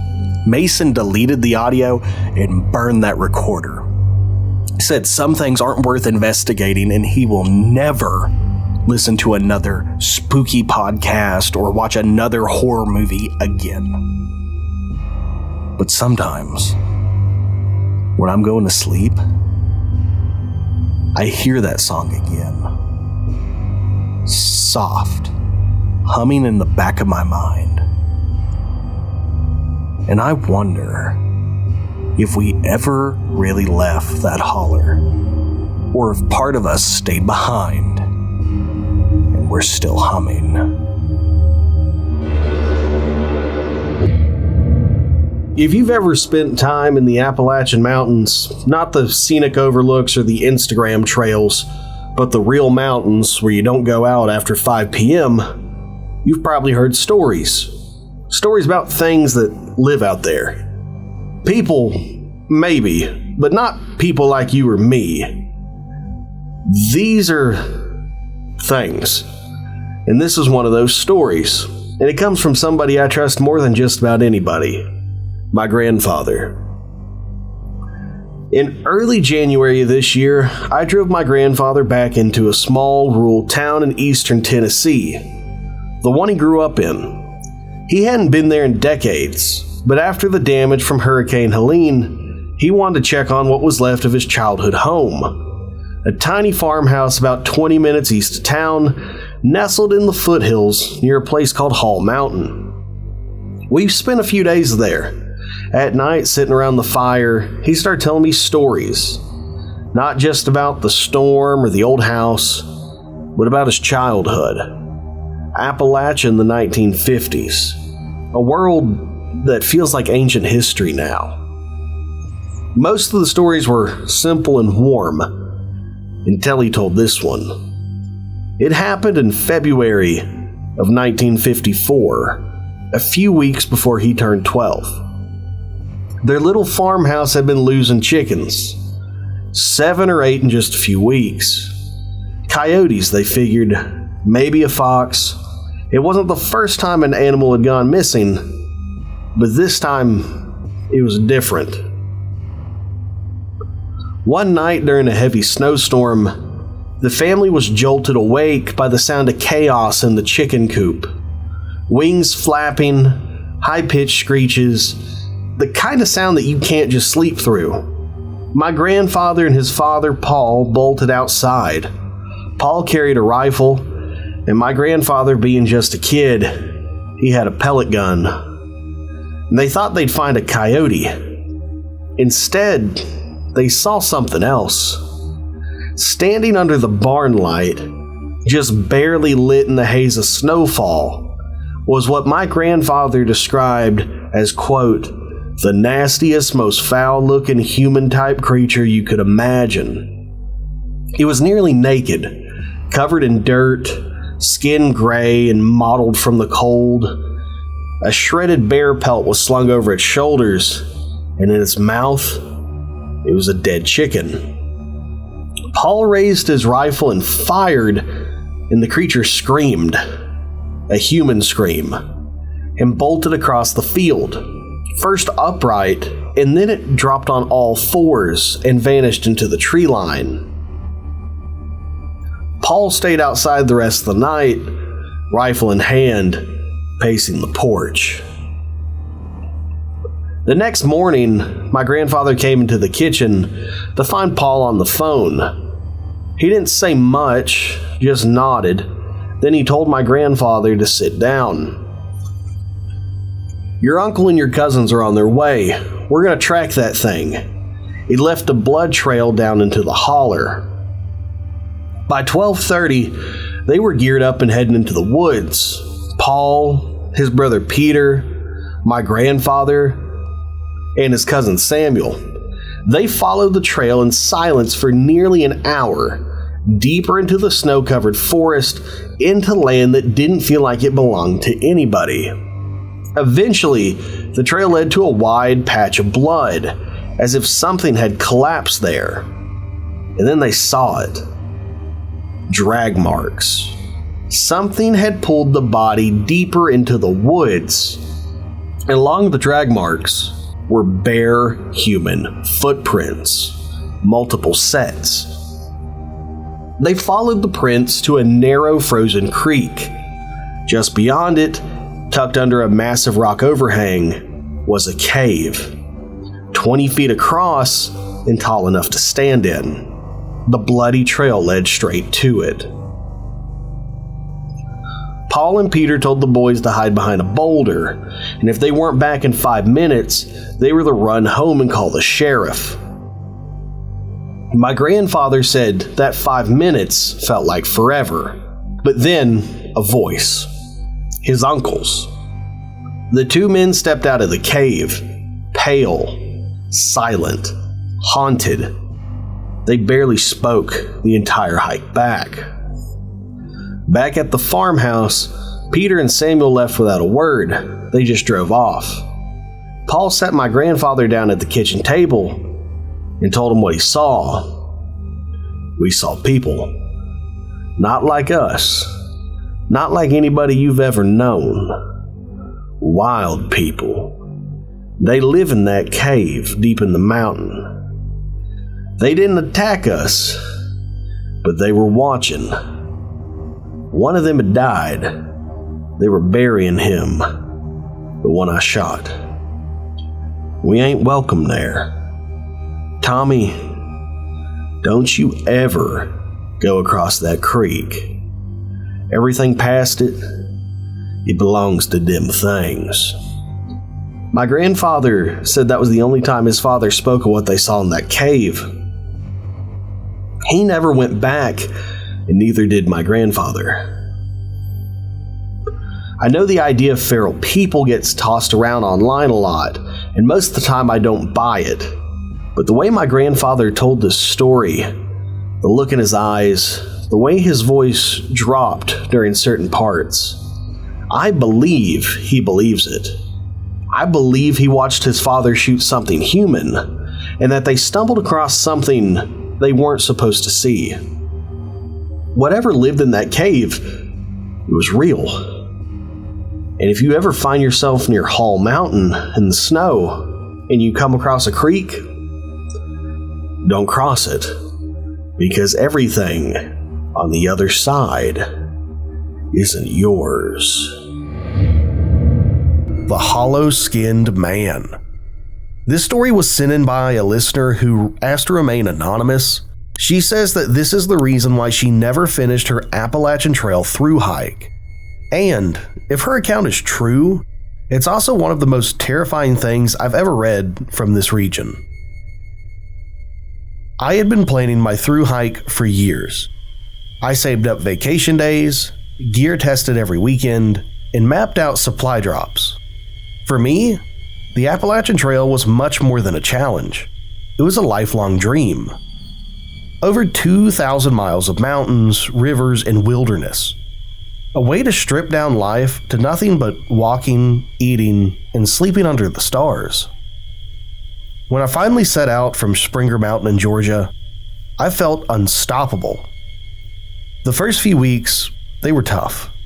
Blisters, sore knees, cold nights, but you know what? I adjusted. By the time I crossed into Virginia, I had my rhythm down. Wake up at dawn, hike 15 to 20 miles, set up camp, and repeat. And then something happened to me that I still can't explain. Something that made me walk off the trail, call my family, and never go back again. It was late May, somewhere near the Grayson Highlands. That's a stretch where wild ponies roam the balds and the fog clings to the ridges. Most hikers love it. They say it's one of the most beautiful sections of the trail. That evening, though, I lingered way too long talking to another hiker at a shelter, and I lost a ton of daylight. I figured it was no big deal. I had my headlamp, and I've night hiked before, so I planned to push just a couple extra miles before setting up camp. But almost immediately, something felt wrong. The woods were too quiet. The usual chorus of crickets, frogs, and even owls were gone. The only sound was the crunch of my boots on the trail. And then I faintly heard something else. Footsteps. At first, I told myself it was another hiker behind me. But when I slowed, the sound slowed. When I stopped, the woods went dead silent. That creeping sensation crawled up my spine, that I wasn't alone. I rounded a bend and lifted my headlamp, and that's when I saw it. At the tree line, crouched low to the ground, was what I thought was a man. He was completely naked, knees pulled tight to his chest, arms dangling forward, head was tilted at this unnatural angle, like he was studying me, like he was curious. When the light hit him, I realized it wasn't a normal man. His skin looked wrong. Paper thin, almost translucent, stretched over his bones like wet tracing paper. I could see the suggestion of ribs, the blue-black shadows of veins underneath the skin, and it seemed to shimmer like it was reflecting or absorbing the light, like it couldn't decide what to do in the moment. For a second, I just stared at it, and then it moved. The thing bolted into the woods, low to the ground, impossibly fast. Not like a person running, though, and not even like an animal bounding. It was jerky, too quick, like it had skipped frames of movement, and in the time it took me to gasp, it was gone. I stood there, frozen. I thought I was hallucinating. My heart was pounding so hard, I thought I was going to be sick. My first thought was just get to camp. Just keep moving, pretend that nothing happened. You might just be exhausted. But I wasn't, and it wasn't gone. For the next hour, it shadowed me. I'd catch faint cracks of branches, the hush of brush moving, always off the trail, and always on my right-hand side. A couple of times, when I turned my light quickly, I swear I caught glimpses of it again. Just at the edge of the beam, still crouched to the ground, tilting its head and keeping pace. Then, I made a horrible mistake for any Appalachian trail hiker. In my panic, I stopped watching for the blazes, the little white rectangles painted on trees that marked the Appalachian Trail. By the time I realized it, the trail had vanished, and it was just me in the dark woods. That's when whatever the hell this is got bolder. The noises grew closer, circling me, and I swung my headlamp around, and for a split second I saw it, pressed up against a tree, completely flat, maybe 20 feet away. Its skin glowed faintly, like paper held up to a candle, and I swear this thing didn't have a face, just hollows where features should be. And then it was gone again. I lost it. I realized I wasn't hallucinating, and I was in the woods with whatever this thing was. I started running full tilt, crashing through the underbrush, not caring where I was going. Branches clawed my arms and legs, and my pack snagged on saplings, but I didn't stop. Eventually, I tripped over a fallen log and hit the ground so hard I saw stars. I lay there gasping and listening, but for the first time in hours, I heard silence. Too terrified to move, I curled up against the log, and I must have dozed off. Because when I opened my eyes, morning light was spilling through the tree canopy. The trail was 50 yards away. I staggered back to it, shaking, and I hiked until I reached a road crossing. From there, I hitched in the town, called my family, and told them I was completely done with the Appalachian Trail. That was the end of my hike. I've never told this story to anyone on the record. When other hikers ask why I quit, I just say the trail wasn't for me. But the truth is, I could have finished. I wanted to finish.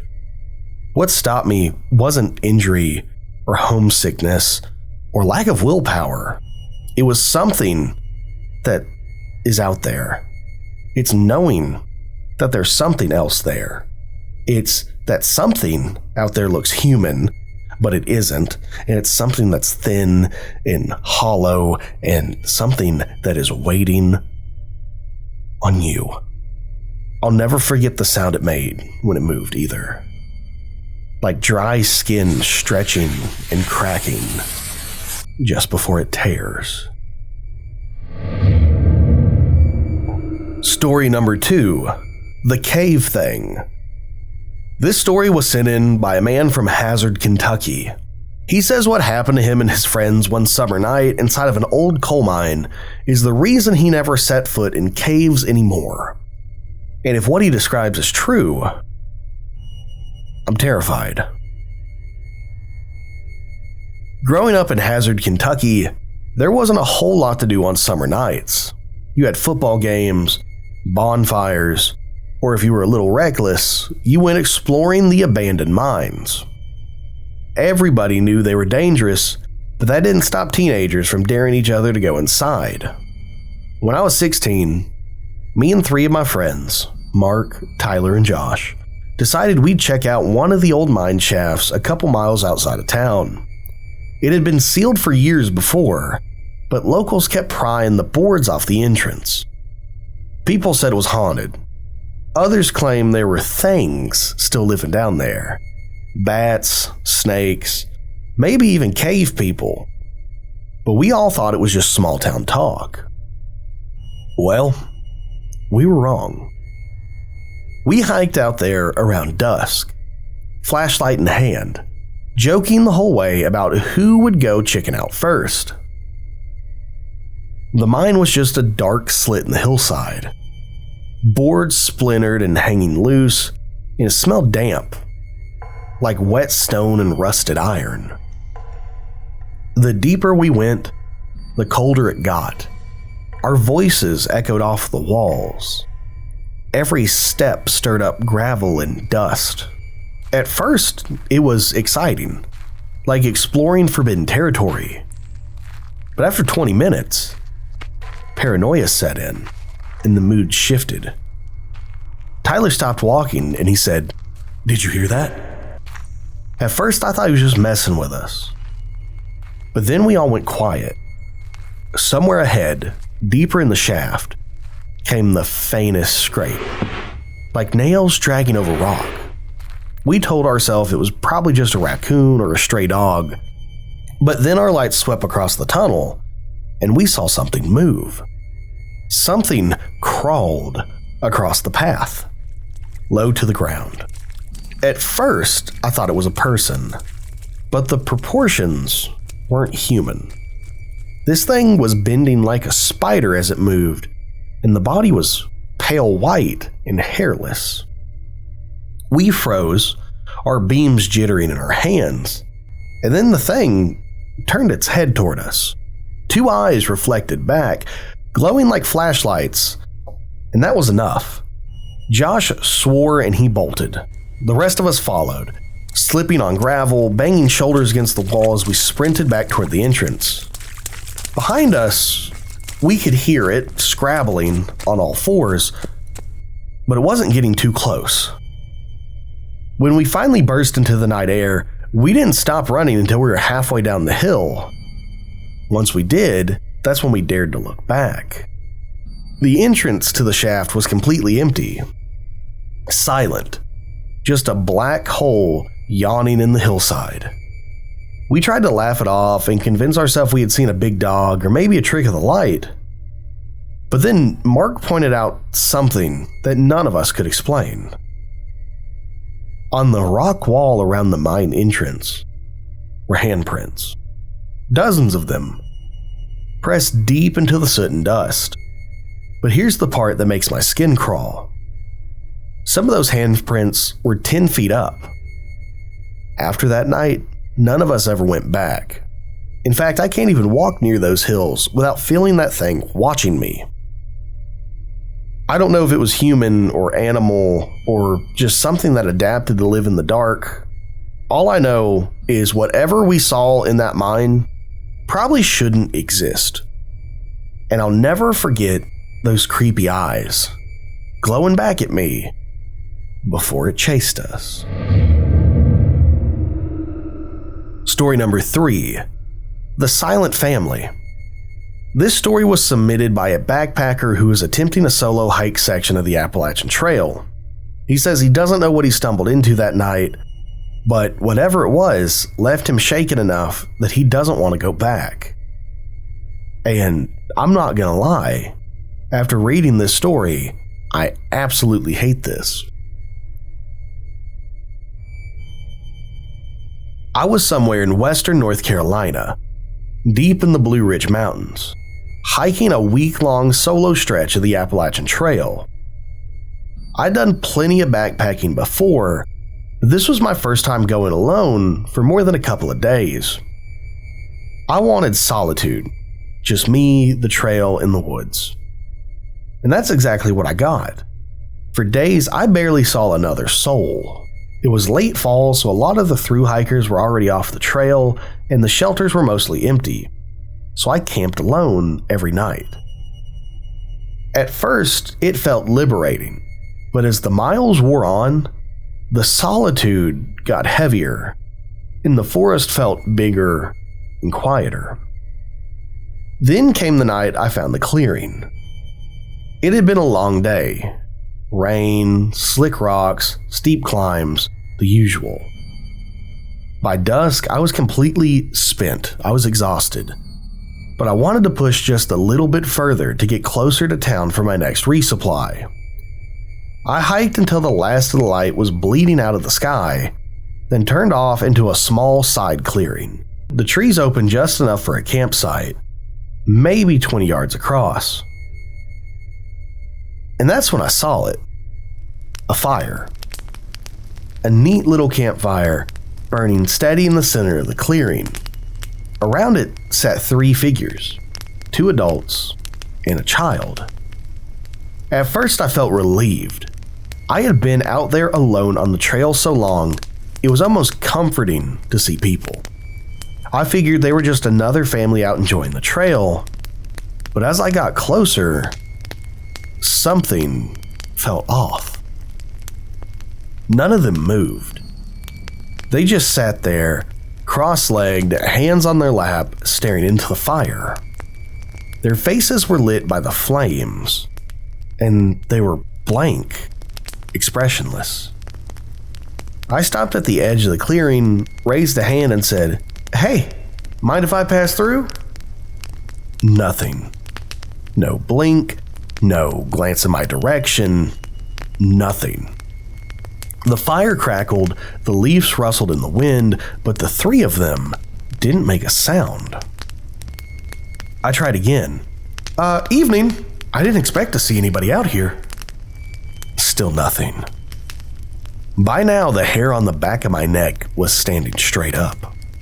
I couldn't shake the sense that something was deeply wrong. These weren't hikers.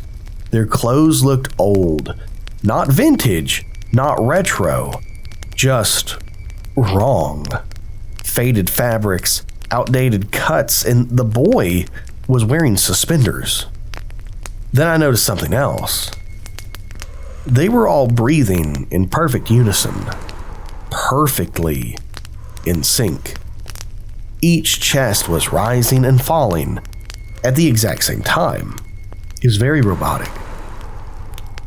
My instincts screamed for me to leave, but my legs felt heavy and I lingered there at the tree line, caught between wanting to bolt and not wanting to turn my back on them.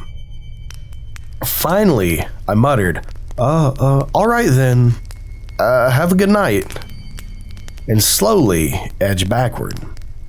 Still not a single head turned toward me, and their eyes stayed locked on the flames. But as I stepped away, the fire seemed to dim. Not fade or sputter out, but dim as though somebody had turned a dial down. Their faces, though, still lit by the glow, stayed perfectly visible, still staring forward, breathing in unison. I didn't camp that night. Okay, I watched horror movies. Don't want to die first. I walked for hours in the dark. My headlamp bobbing through the trees, my heart pounding in my chest. Every snapped twig made me whip around, and every shadow looked like 3 figures standing just out of sight. Finally, near midnight, I stumbled across a shelter and I crashed there. I had no more energy left. I was too exhausted to think, but I locked the doorless entryway with my trekking poles, and I barely slept, my ears straining for any sound of footsteps outside. The next morning, I retraced my steps because I needed to know if I had imagined what happened last night or not. When I reached the clearing, the fire was gone. Not extinguished, gone. There was no coal, no ash, no scorch marks on the ground. The clearing was completely undisturbed, like no one had been there at all. But carved into the bark of a nearby tree, fresh and raw, were 3 handprints, perfectly lined up, 2 large, 1 small. And that was my last night on the AT. I told myself I'd go back at one day and finish the section, but I haven't. Every time I picture that clearing, I see their faces, their expressionless faces, locked on a fire, breathing in unison, waiting for something I didn't stick around to find out what it was. All I know is this. Whatever I saw out there, it wasn't a normal family. I don't know what the hell it was. I don't know if it was demons. I don't know if it was the Fae. I don't know if it was a shapeshifter, a Wendigo, or what. It was not a regular family. Story number 4, The Knock at the Cabin. This story was submitted by a listener who wants to go by the initial R. He said it happened to his family during a trip to eastern Kentucky last fall. Now, he asked me not to share the exact location because, in his words, I don't ever want to see that cabin again. If what he's saying is true, I'm going to have to do some exploring in eastern Kentucky because this is wild. It was supposed to be a quiet family getaway. Just me, my wife, and our 2 kids, spending a long weekend in a remote Airbnb cabin up in the hills of eastern Kentucky. The photos had shown a little rustic place. Wood-paneled walls, wraparound porch, no neighbors for miles. Exactly the kind of retreat we thought we needed. The drive was beautiful but unnerving. A winding road that narrowed to gravel and then dirt. Towering trees closed in on all sides of the road. By the time we arrived to the cabin, the sun was already dropping, and it felt like we were leaving the rest of the world behind. The cabin itself was cozy, sure, but there was just something about it, and its silence, that immediately struck me. No distant highway noise, no dogs barking, no noisy neighbors. Just crickets, the occasional hoot of an owl, and the creaking of the porch as we unloaded our bags. The first night passed without incident. We played board games by lantern light, read to the kids, and turned in early. But the second night, everything changed. At exactly 2:13 a.m., I know because I checked my phone, a sound woke me up. 3 slow, deliberate knocks on the front door. Knock, knock, knock. At first, I thought I dreamed it. The kids were asleep and my wife stirred beside me, and the cabin was silent again. I told myself it must have been the wood shifting or an animal bumping against the porch. But the next night, it happened again. My phone read 2:13 a.m. on the dot. 3 knocks, slow and measured. Knock, knock, knock. This time, my wife sat up too. We both looked at each other in the dark, wide-eyed. I grabbed a flashlight and I started to creep down the stairs. When I opened the door, there was nothing there. The porch was empty, no wind, no branches, no one standing there, just darkness pressing in from the trees. By the third night, I was dreading 2:13 a.m. I sat awake in the living room, watching the clock tick down. Sure enough, right on time. This time, it was louder, heavier. I now knew it wasn't a branch and it wasn't an animal. I could tell it was the rapping of knuckles on wood. I jumped up, yanked the door open immediately, shining my flashlight into the trees. Nothing. No sound of footsteps running away, no rustling underbrush. The night was still. A little too still, if you ask me. By now, the kids were aware something was happening. They kept asking why Mom and Dad seemed so tired. Why were we whispering at night? Why didn't we want to scare them? So we played it off as, the old cabin's creaking, it's weirding us out. But my wife and I, we knew better. On the fourth night, it happened again. Same time, same 3 knocks. But this time, it was followed by the sound of movement on the porch. The soft creak of floorboards, like somebody was shifting their weight. I didn't open the door. I sat there frozen, clutching the flashlight, my heart hammering in my chest. The knocking didn't come again, but the sound of those floorboards settling, like somebody was pacing back and forth slowly, went on for almost a full minute before fading in the silence. The final morning, our last day in the cabin, we got our answer. I stepped outside to load up the car, and that's when I saw them. Footprints. Dozens of muddy, bare footprints covering the porch, leading up to the door, circling the windows, stretching across the boards. Some were small like a child's, others were long like a Sasquatch. That's the only way I can explain it. But all of them pressed deep into the wood, as though whoever or whatever made them had stood there for hours. But here's the part that chills me the most. The mud was fresh. It was wet. It was dark, almost black. But it hadn't rained in 3 days. There was no rain since we got there. We packed the car in silence and left the cabin. When I asked the host about it later, he swore up and down that there was nobody else on the property. In fact, he said, "There's nobody out there for miles, just y'all." And I want to believe him. I really do.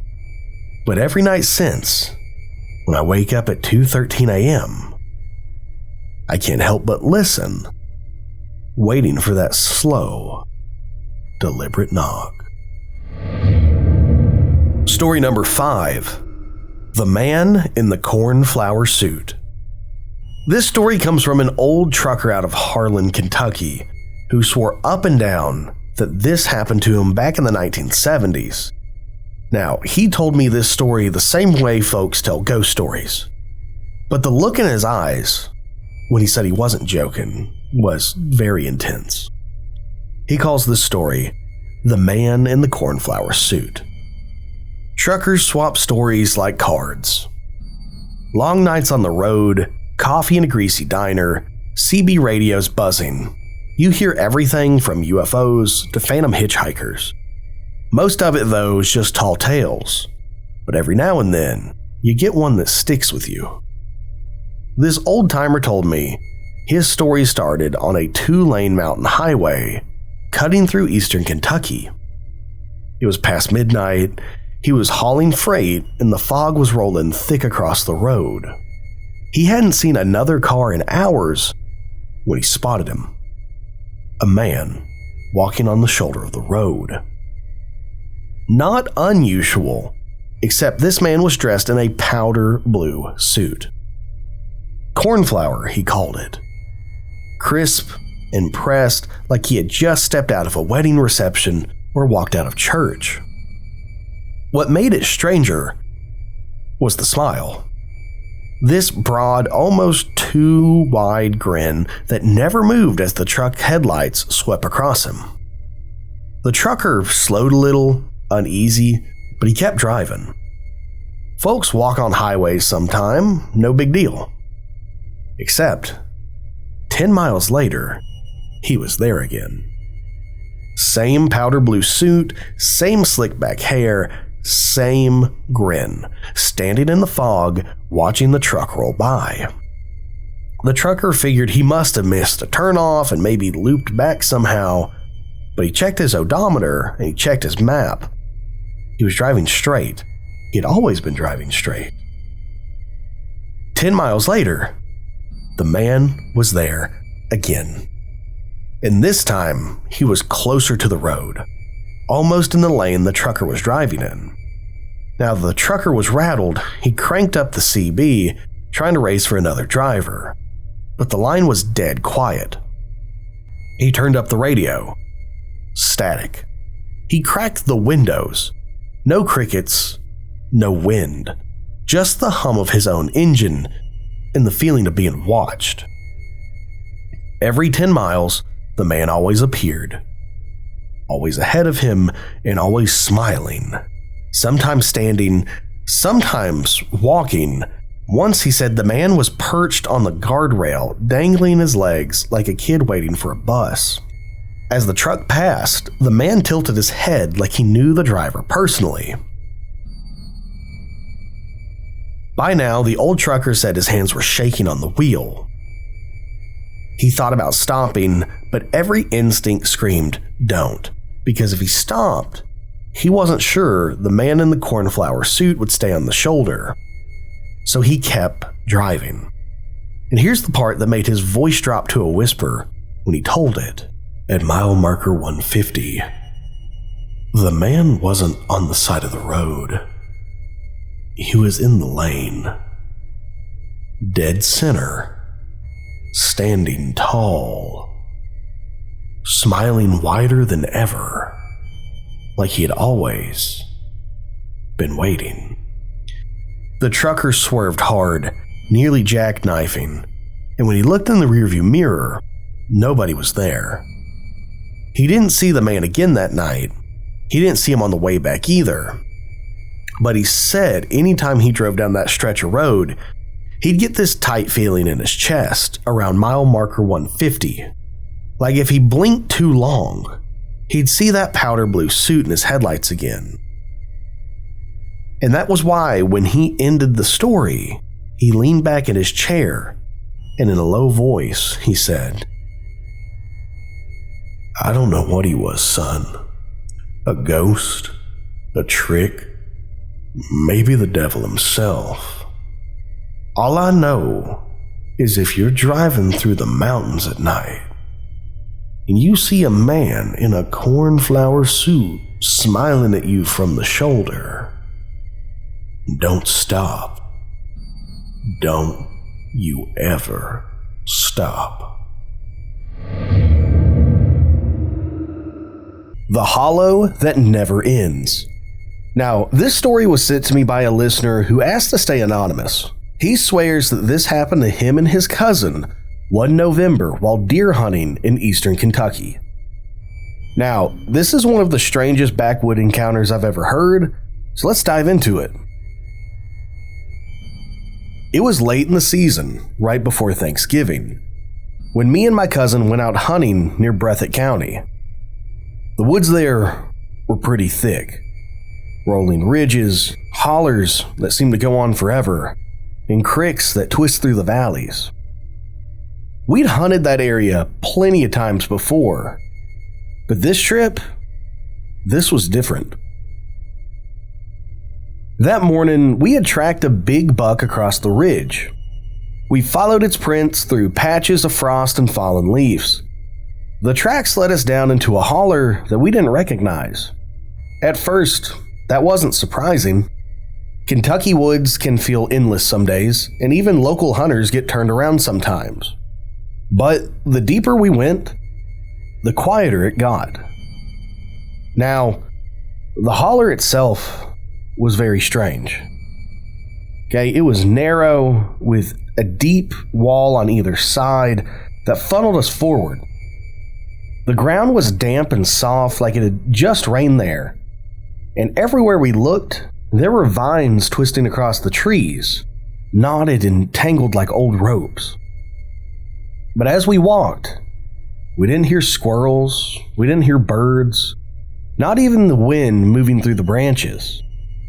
Just our boots crunching on leaves and the occasional snap of twigs. After about an hour, my cousin stopped and pointed. "Does that tree look familiar to you?" I shrugged. "There's trees all over like that." Ahead of us, leaning half dead against the slope, was this massive hollowed oak tree. It was blackened and split down the middle like it had been struck by lightning. Now, as we kept walking, the trail curved, and after about 20 minutes, there it was again. The same dead oak. Same hollow trunk. Same burnt, lightning-struck outer shell, and the same twisted branches. We laughed it off at first. Figured we must have circled back without realizing it. But the tracks we had been following, the deer's tracks, they kept leading forward, right back into that holler. So we tried again. Chose a different fork, marked the trees with notches, and even set a stick upright in the dirt. We hiked for what felt like another hour, not saying much now, just pushing forward. And then we saw it again. That dead oak. Leaning the same way. Hollow the same way. Our stick, it was gone. Our notches, missing. It was like we'd never left. And that's when the unease turned into something else. Fear. Because now, we were sure. We weren't just lost. We were being kept there. We tried everything. Backtracking, climbing the slope, even following the creek upstream. But no matter what direction we took, we always came back down to that same blackened oak, standing like a marker in the center of the hollow. And the worst part, every time we returned, the woods seemed just a little darker. As night fell, we started to panic. My cousin swore he saw shadows moving just beyond the tree line. Long shapes darting from trunk to trunk, keeping pace with us. Once he said he heard voices, low and muffled, like people whispering in another room. I didn't want to believe him. I just kept telling myself it was just nerves. But then I noticed something too. The deer tracks we'd been following, the ones that led us into the hollow, they were gone. Completely vanished, as if they had never been there at all. We never fired a shot that day. Never even raised our rifles. By the time we stumbled back out, we weren't sure how we'd done it. We just kept walking, refusing to look at the oak when we saw it again. Refusing to acknowledge it was there. And then suddenly, we were back on the ridge. The holler that we had been trapped in. We had walked in for hours. It was gone. Just a steep hillside sat beside us, with no trail leading down. To this day, I couldn't tell you where we'd been. We checked maps, asked around. No one knew of a hollow like this in the area. Some old-timers said we wandered into the bad woods, places you're not supposed to hunt and places you're not supposed to talk about. Something about them being tied to old Native American rituals. I don't know about any of that, but all I know is this. I'll never step foot in those hills again, because somewhere out there, there's a hollow that never ends. And if you're not careful, it'll take you to. Story number 2, The Black Dog of Breathitt County. This story was submitted by a listener named Jay. He says it happened on a back road outside of Jackson, Kentucky, but he later found out he wasn't the only one to see it. Now, this account, it ties into one of the oldest and darkest pieces of mountain folklore, the Black Dog. I was driving home late one night, coming down Kentucky 15 through Breathitt County. It was cold, mid-December, and the fog was rolling low across the pavement. I'd driven that stretch plenty of times before, and I knew every bend and drop. But that night, something felt off. The woods seemed to loom on both sides. It just felt heavier. My headlights cut through a thick fog, but the beams only reached a few feet ahead before it felt like they vanished. And that's when I saw it. A massive black dog standing right in the middle of the road. At first, I thought it had to be somebody's hunting hound, but as I got closer, I realized it was far too big. Its shoulders came up almost to the hood of my car, and its head hung low, eyes glowing like embers in the night. Its breath steamed the air, thick and heavy, as if the cold didn't touch it. I swerved hard to avoid hitting it, my tires skidding on the slick pavement. When I came to a stop, my heart was hammering so hard I thought I might pass out. I looked in the rearview mirror, expecting to see the dog trotting off into the woods. But there was nothing. The road was completely empty. I sat there for a good minute, trying to convince myself I'd imagined it. That I had just seen shadows, or a deer, or something that my brain twisted into the image of a dog. But when I finally got home and parked under the porch light, I saw them. 4 long claw marks raked down the side of my car. Deep, like something had dragged a set of knives across the metal. When I told people about it later, I found out I wasn't alone. Other drivers in Breathitt County have seen the same thing. A massive black hound with glowing eyes, standing in the middle of the road at night. Some say it vanishes the moment you get close, and others say it chases your car for miles, never tiring, never leaving, with its paws pounding the asphalt, but never leaving a track behind. And always, every one of these stories, when they check their car later, there's scratches, claw marks, proof that something was there. Now, the other side, you may be asking, what is it? Somebody's pet that got out? Is it mythological? Some people in this area say it's a hellhound, a beast from old European folklore that followed settlers in the mountains, a guardian of the underworld, an omen, death. If you see the black dog, it means that somebody close to you is gonna die. Others say it's tied to Breathitt County's violent past, that all the feuds, the murder, the blood spilled on these roads conjured something that took the shape of a beast, a reminder that the land remembers. And then there's the skeptics, like my own dad, who claim it's just imagination. It's fear and fog mixing together. But here's the thing. Scratches on cars cannot be explained away by imagination. And I've seen them on different cars with my own eyes. All I know is this. If you're driving through Breathitt County at night and you see a massive black hound blocking your path, don't swerve, because you can't avoid it. The black dog always leaves its mark. The Singing Mountains. Now, this isn't exactly a listener story. It's more of a hand-me-down tale, the kind of thing folks in eastern Kentucky whisper about but don't like to dwell on.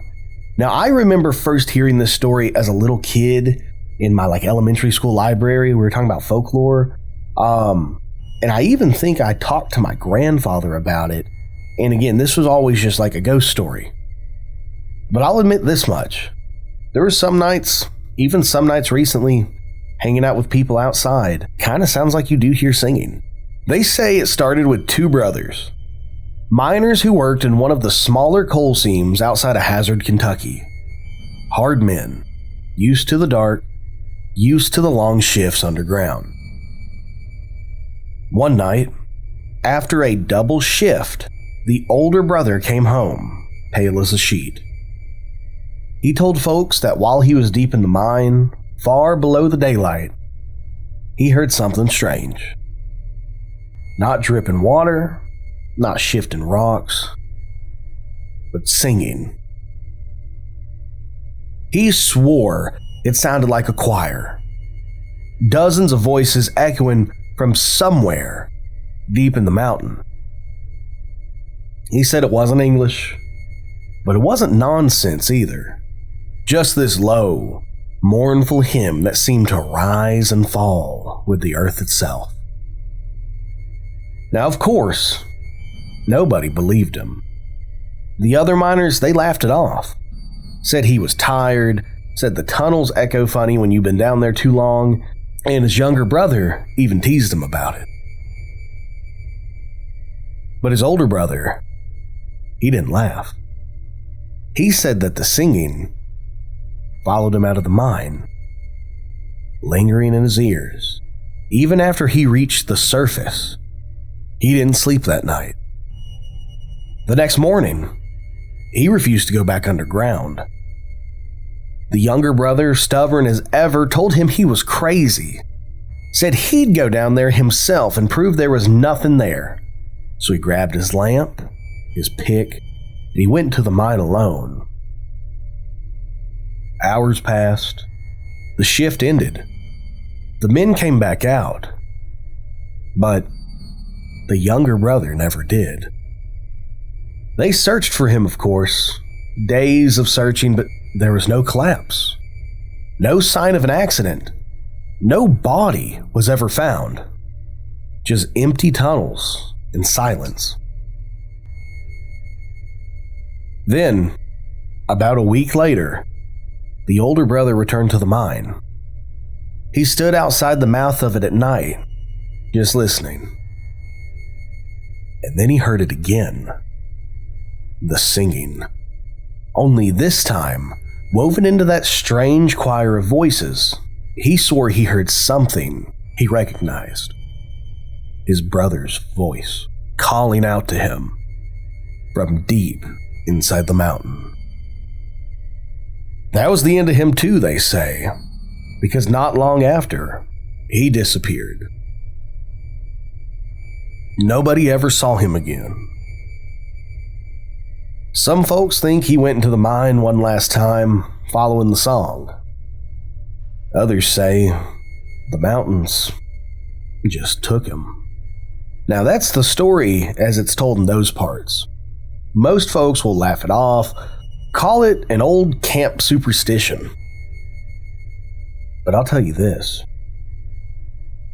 Not far from there, on still nights, when the wind carries just right, you can hear it. Low, drifting voices, rising like a hymn from the belly of the earth.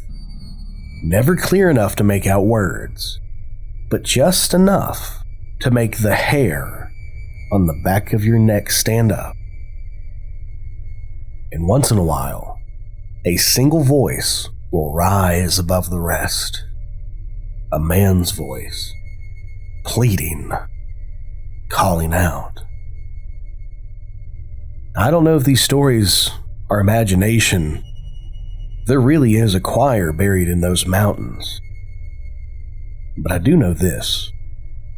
When old-timers warn you not to linger near an abandoned mine mouth after dark, they have their reasons.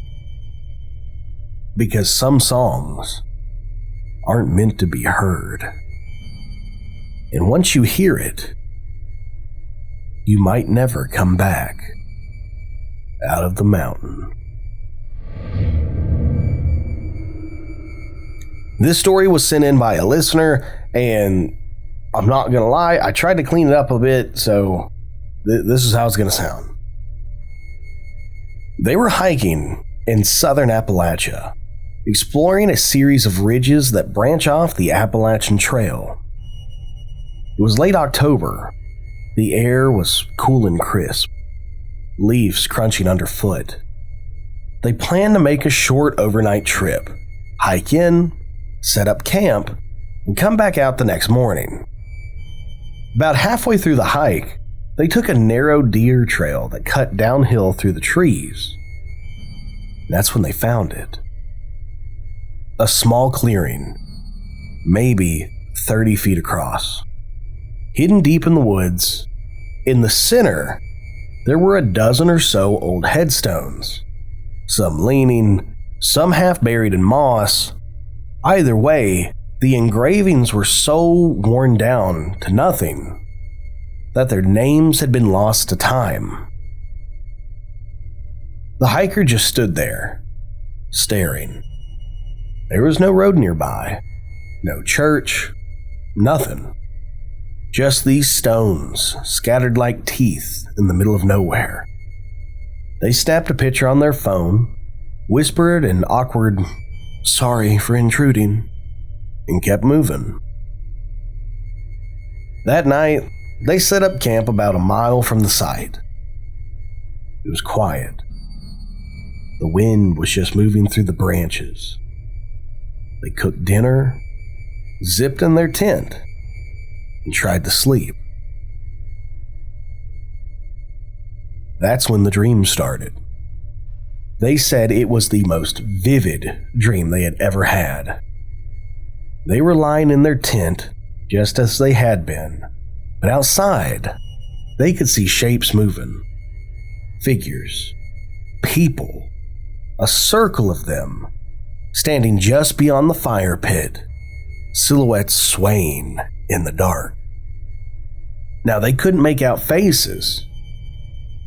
They could only make out that they were dressed in ragged, old-fashioned clothes, and they were whispering, low, layered voices, speaking a language that the hiker didn't recognize. It wasn't English. Wasn't anything really familiar to him. The whispers grew louder until they felt like they were all around the tent. Pressing closer, the hiker tried to scream, but couldn't. Their body was frozen. The only thing they could do was listen to the voices in a kind of chant, words tumbling over each other like water running over stone. When they finally jerked awake, their heart hammering, everything was silent again. The fire was out, the woods were still, and for a moment, they convinced themselves that it had really just been a nightmare, until they saw it. They claim that all around their tent, in the soft dirt and the fallen leaves, were footprints. Some large, some small, but they had circled the tent again and again. The ground was covered in these footprints. They broke camp at dawn and practically ran back to the trailhead. Now, out of all of their story, here's the main detail that stuck with me. When they checked their phone later, the photo they had taken of the graveyard was gone. Every other picture from the trip was there, but that one, it was deleted. They've never been able to shake the feeling that they didn't just dream those figures, that somehow The forgotten dead from that little patch of forest had followed them, spoken to them, and even marked them in some way. Now here's the weird part that I know. Kentucky is full of these little graveyards. Family plots from the 1800s, long abandoned as towns moved or died out. People say if you disturb them, even accidentally, you're disturbing the dead themselves. Some locals believe the spirits whisper in the voices of the living, trying to lure you deeper in the woods. Others claim it's not ghosts at all, but something older. Guardians of the land who don't take kindly to trespassers. Now, whatever those figures were that night, the hiker told me one last thing. When I left the trail that morning, I promised myself I would never go back to that holler. And I've kept that promise because I don't think they wanted me there, but I also don't think they wanted me to leave either. And our very last story is the cabin window. Now, this story happened about 10 years ago in a remote part of Appalachia, around 50 miles from the nearest town. So the person who sent in the story, he had rented a little hunting cabin for the weekend, just a quiet retreat to himself. The cabin was pretty bare bones, a wood stove, small kitchen, one bedroom, all tucked deep in the woods with no other homes nearby. It's the kind of place where your cell phone loses service the moment you turn off a country road. The first night, around 2 a.m., he was jolted awake by a faint tapping sound. Now, at first he thought it was tree branches or the wind brushing the windows, but when he sat up, he realized the trees weren't close enough to the cabin, so he shrugged it off and went back to bed. The second night, it happened again. Tap, tap, tap, tap, tap, tap. Like slow, deliberate fingertips on glass.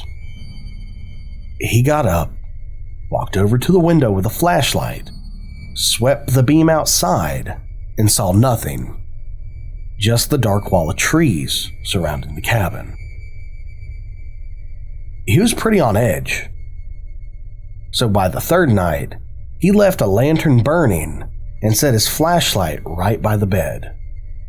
Sure enough, same time of night comes around and he's startled again. Tap, tap, tap. Something was tapping on the glass. This time, though, when he whipped his head toward the window, there was a face. Pale, expressionless, except for a wide grin that was almost too big for the head it was on. The figure was pressed so close to the glass that the condensation from its breath fogged up the pane. He dropped the flashlight in shock, and by the time he scrambled to shine it back on the window, the face was gone and the forest outside was still. He didn't sleep the rest of the night. At dawn, he packed his bags and left the cabin behind. But that image, the pale, grinning face, stuck with him for years. Now, a few summers later, he and a couple buddies decided to rent the same cabin again for a weekend hunting trip. He hadn't told them about what happened. He figured maybe it was exhaustion or he imagined it. Either way, he didn't want to look crazy. The second night, though, while sitting around the fire, one of his friends came back from inside, looking pale as a sheet. He said, "There's someone outside, right at the window, just staring at us." They rushed over with flashlights, yanked the door open, and ran outside, only to find the porch and the yard completely empty. Not a sound in the trees. Now, the next morning, while they were leaving, one of them noticed something on the side of the cabin. A handprint. Not muddy or bloody, just the perfect impression of a hand smeared into the condensation of the glass. The weirdest part? It was higher up than any of them could have reached without a ladder. He told me it was the last time he ever went back to that part of Kentucky. And here's the thing. Stories about window watchers pop up all over Appalachia. Some say they're spirits of the lost, forever circling cabins at night. Others think they're skinwalkers or mountain tricksters, mimicking human faces just to toy with people. But whatever it was at that cabin, I don't think it was trying to get in. It just wanted to be seen. The Lantern Man of Pine Hollow. This story was sent in by a retired coal miner from eastern Kentucky. He swears that what he saw one night while walking home wasn't just a trick of the dart, but something far stranger and far older lurking in the holler. This was emailed to me by Daniel, who grew up right outside of Hazard, Kentucky. He told me that his father worked long shifts at one of the old coal mines there. The kind of job where you'd go in before sunrise, and most nights you wouldn't come out until after dark. Now, this was back in the early 90s, and Daniel's father didn't have a car at the time. Most nights he walked the 3 miles from the mine back home. That walk took him down a dirt road, through a long stretch of pine forest, before eventually cutting across an old hollow locals called Pine Hollow. It wasn't unusual for miners to walk together at night, but Daniel said his dad often walked alone. He wasn't scared of the woods, he'd grown up there. He knew the sounds of coyotes, owls, and bobcats, but there was something about Pine Hollow that always made him uneasy. One evening in late October, Daniel's father was making that walk home when he noticed a dim glow in the trees off to his right. At first, he thought it was another miner. Plenty of men carried lanterns or flashlights back with them, but this light, it looked different. It wasn't steady. It swayed, like an old lantern being carried by hand. And it wasn't close to the ground, it was at chest level, moving in and out behind the trees. Curious, Daniel's father called out, "Hey, you need a hand?" No answer. The lantern just kept bobbing around deeper into the woods. He figured maybe it was somebody from out of town hunting late, or a miner taking a shortcut. He kept walking, but as he did, he realized something strange. He couldn't hear anything. When somebody walks through the woods at night, you hear it. Branches snapping, the crunch of leaves, the ambient sounds of the forest. But with this lantern, there was no footsteps. Just silence, broken only by the faint metallic creak of the lantern's swing. Over the next few weeks, Daniel's father saw that same lantern again. Sometimes it was far back in the woods. Other times, it was close enough that he swore it was only 20 to 30 feet away. Always swinging around, always silent. One night, the light appeared directly in front of him, floating across the road about 50 yards ahead. He stopped dead in his tracks. He expected to see a man carrying it, maybe crossing from one trail to another. But the lantern just glided smoothly from one side of the road to the other, and then it blinked out, like somebody had snuffed the flame. He stood there for nearly 10 minutes, heart pounding, waiting for something else to happen. but the woods stayed silent. After that, Daniel's father changed his route. He'd take longer paths home just to avoid Pine Hollow.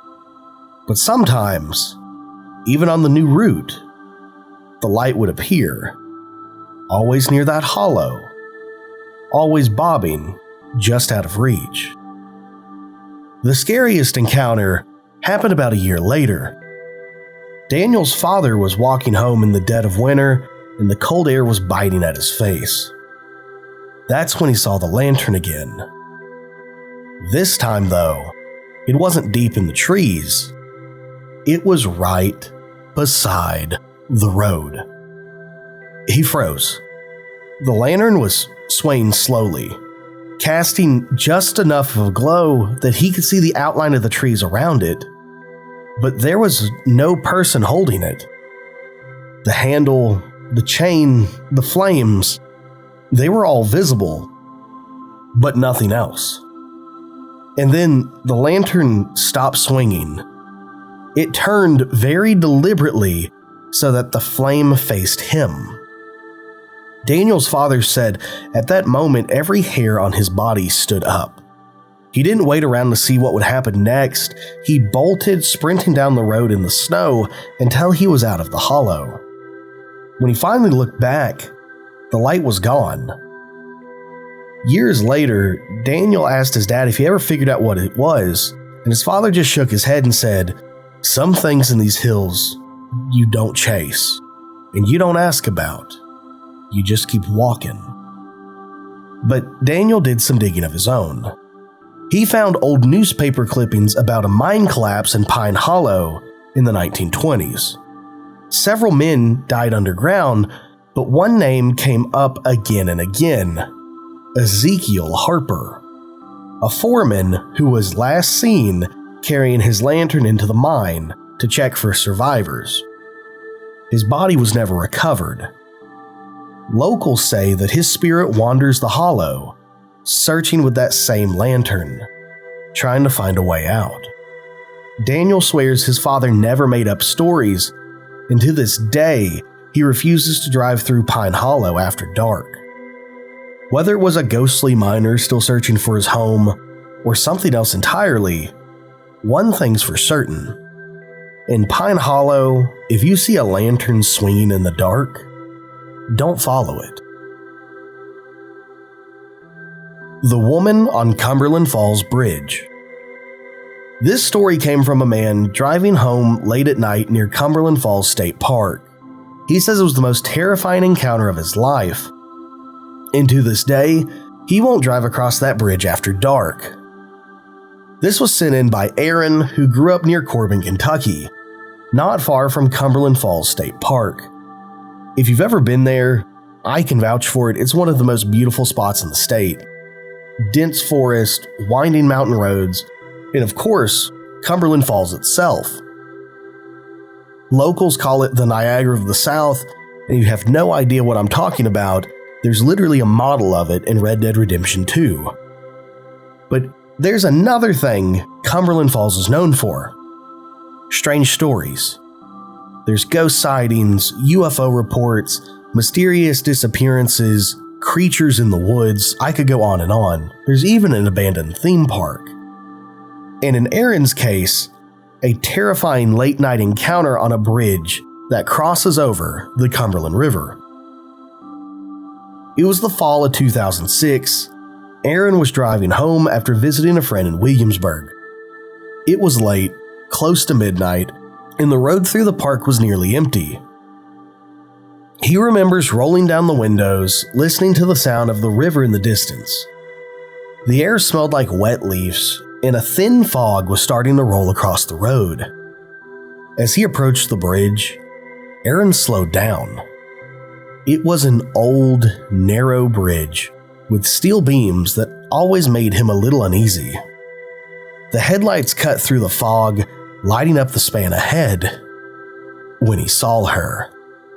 Standing dead center in the road was a woman in a long, white dress.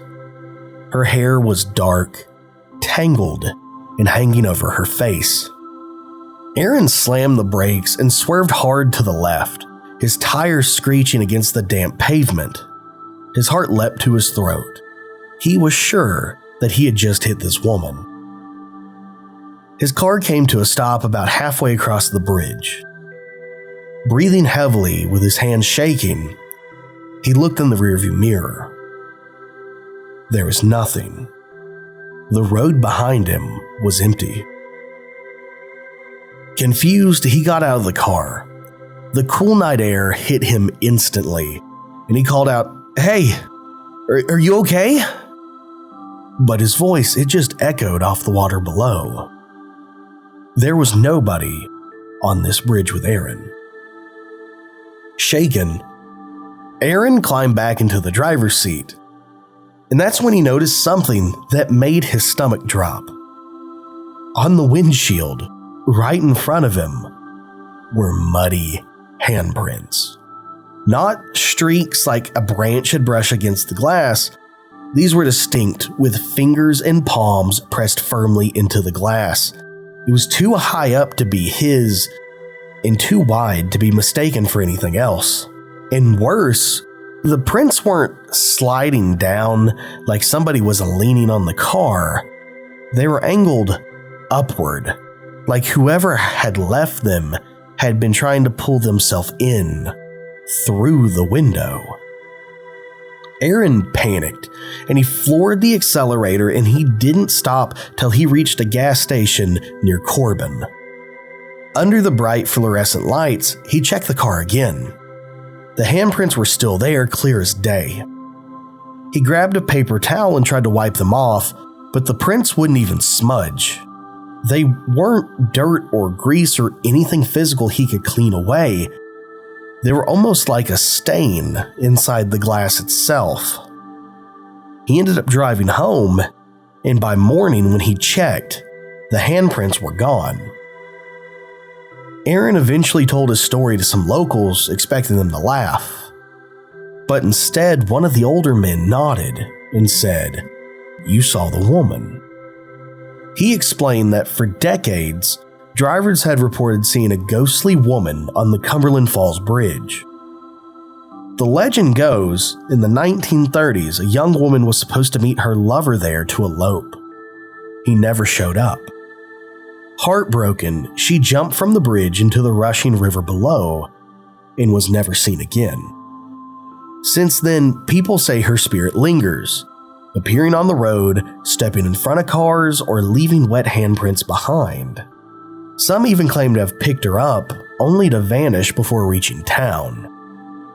Aaron swears he wasn't tired and he wasn't drinking, he wasn't imagining things that night. And to this day, he won't drive that road after dark. Now, whether this woman is a restless spirit searching for a man who left her behind, or something much darker, using her image to lure people off the road, one thing is for certain.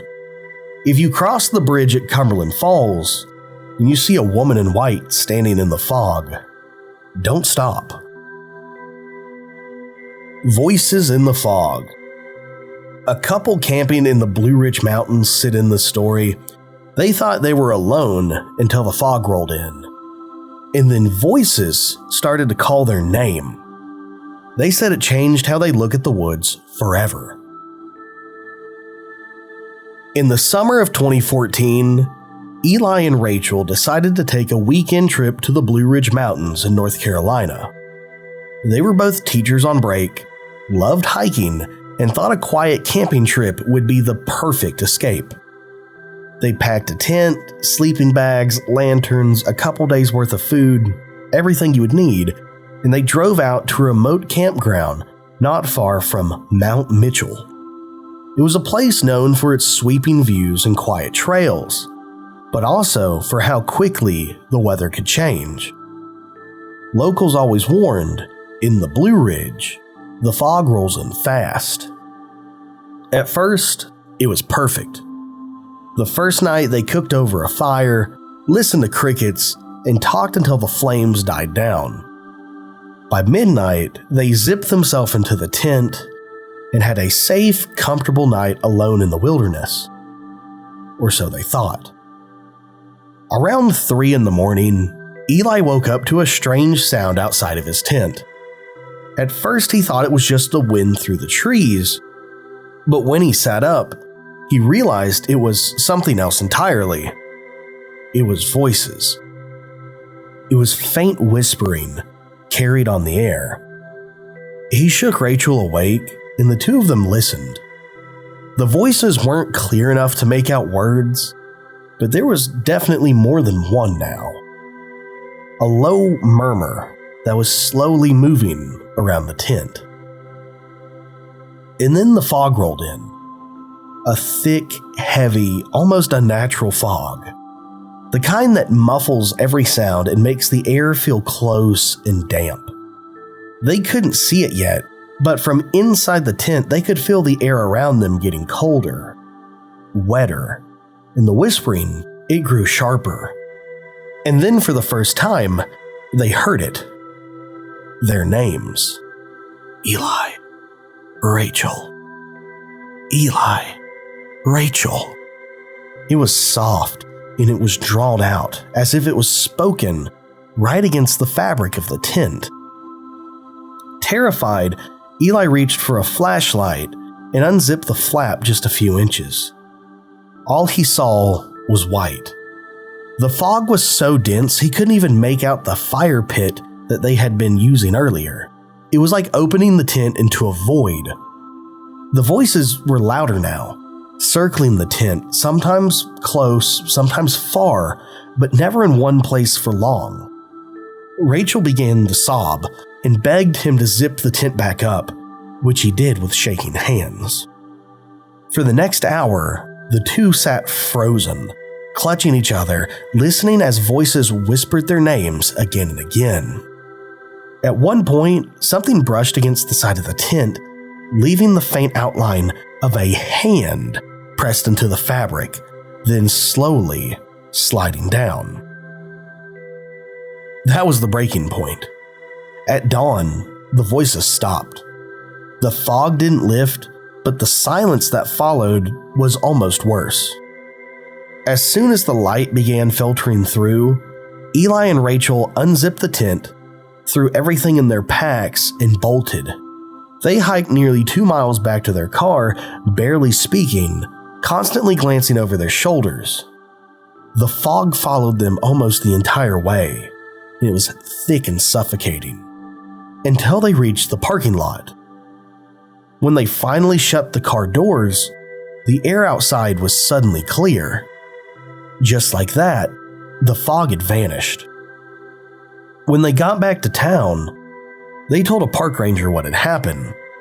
He didn't laugh and he didn't act surprised.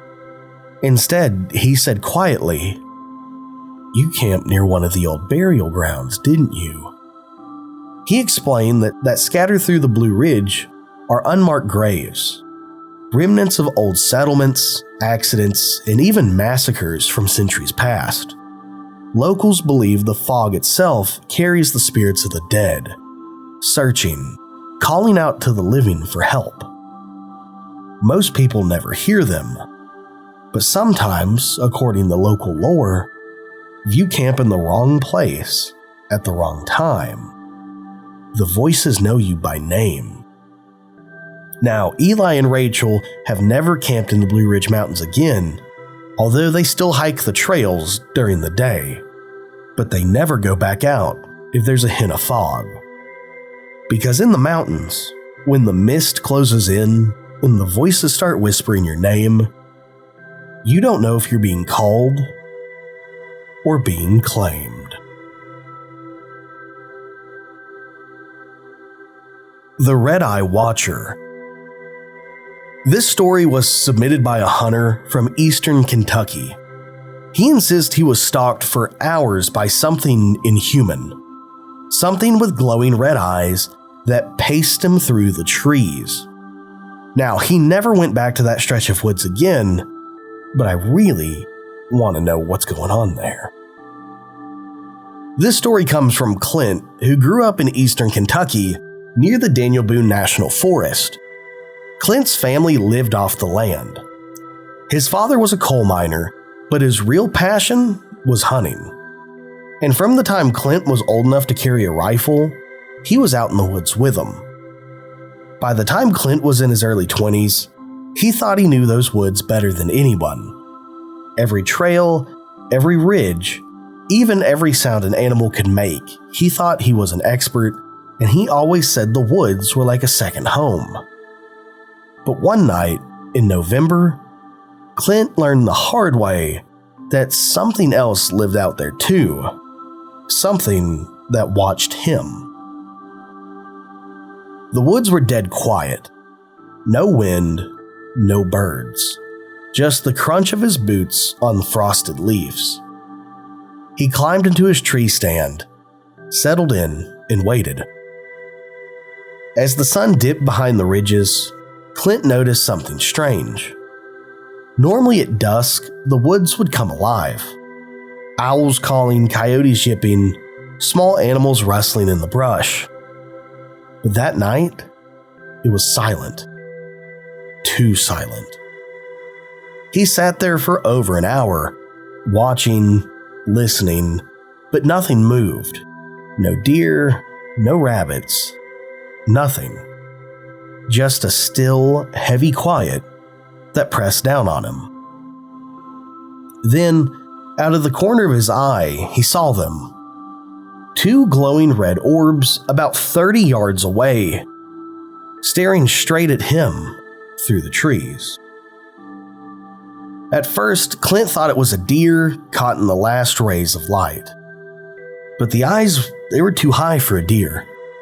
They were about level with his head up in the tree stand. And they weren't reflecting white or yellow like normal animal eyes. They were red. He blinked, thinking maybe he was imagining it, but when he looked again, they were still there. Unblinking, fixed right on him.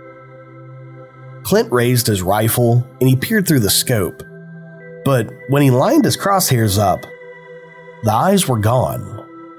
Just dark woods remained. Then, from his left came the sound of heavy branches snapping. Clint whipped his head around, and there they were again. Two glowing red eyes, pacing him, maybe 20 yards away. Every time he turned to face them, they vanished. And every time they vanished, he'd hear movement. Slow, deliberate footsteps in the underbrush, circling under his stand. Now, he tried shining a flashlight, sweeping it across the trees, but the beam lit up nothing, just empty woods. The moment he turned the lights off, though, the eyes would reappear, always closer. This game went on for nearly half an hour, eyes appearing, disappearing, movement crunching through the leaves, circling tighter and tighter around his tree stand. But by then, Clint wasn't thinking about hunting anymore. He just wanted out. Finally, heart pounding out of his chest, Clint decided he could not stay in that stand any longer. He slung his rifle, climbed down, and started the long walk back to his truck, which I think that's the bad idea because you at least had a height advantage before that. He said the moment his boots hit the ground, the woods erupted. Branches snapped, leaves crunched. He could hear the thing pacing him just out of sight. And every step he took, it took a step too, staying just a few feet inside the tree line. He walked faster, so did it. He stopped, so did it. He started to run, so did it. At one point, he shouted into the woods, "Come on out then!" But the only reply was a low, guttural growl that froze him in place. Clint said he never heard a sound like that before. No bear or bobcat made that sound. It was deep, vibrating in his chest, and full of malicious intent. When he reached the ridgeline, Clint broke into a full sprint. He could hear it running too, crashing through the brush, keeping pace. His flashlight beam bounced wildly, sometimes catching brief flashes of those red eyes flickering through the trees. At one point, something threw a branch, a thick, heavy tree branch right across the path in front of him. It slammed into the ground so hard, it snapped in two. He didn't stop, he didn't look back, he just kept running. Finally, he burst out of the tree line into the gravel lot where his truck was parked. He threw himself inside, slammed the locks, and flicked the headlights on. The beam lit up the edge of the woods. Nothing. Just trees swaying gently in the wind. No sign of the struggle he just went through getting out. But Clint swore, just before he peeled out of there, he saw those two red eyes flash once and then vanish into the dark. For weeks after, Clint refused to go back into the woods at night. When he finally did, he never went alone. And even in broad daylight, he always said he felt like something was watching them. He talked to his uncle about it, and he laughed. He said it might have been a bobcat or an owl, but it could have been him, the red-eyed watcher.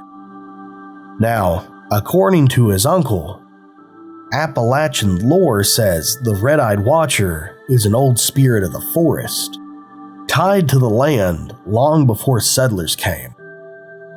It doesn't hurt people, but it makes sure you know you're not welcome. To this day, Clint won't say for sure what he saw that night, but whenever people ask if he still hunts, he says yes. Just never up that holler again.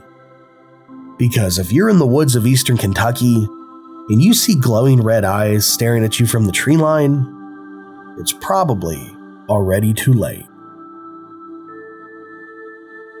The Screamer of Laurel Fork.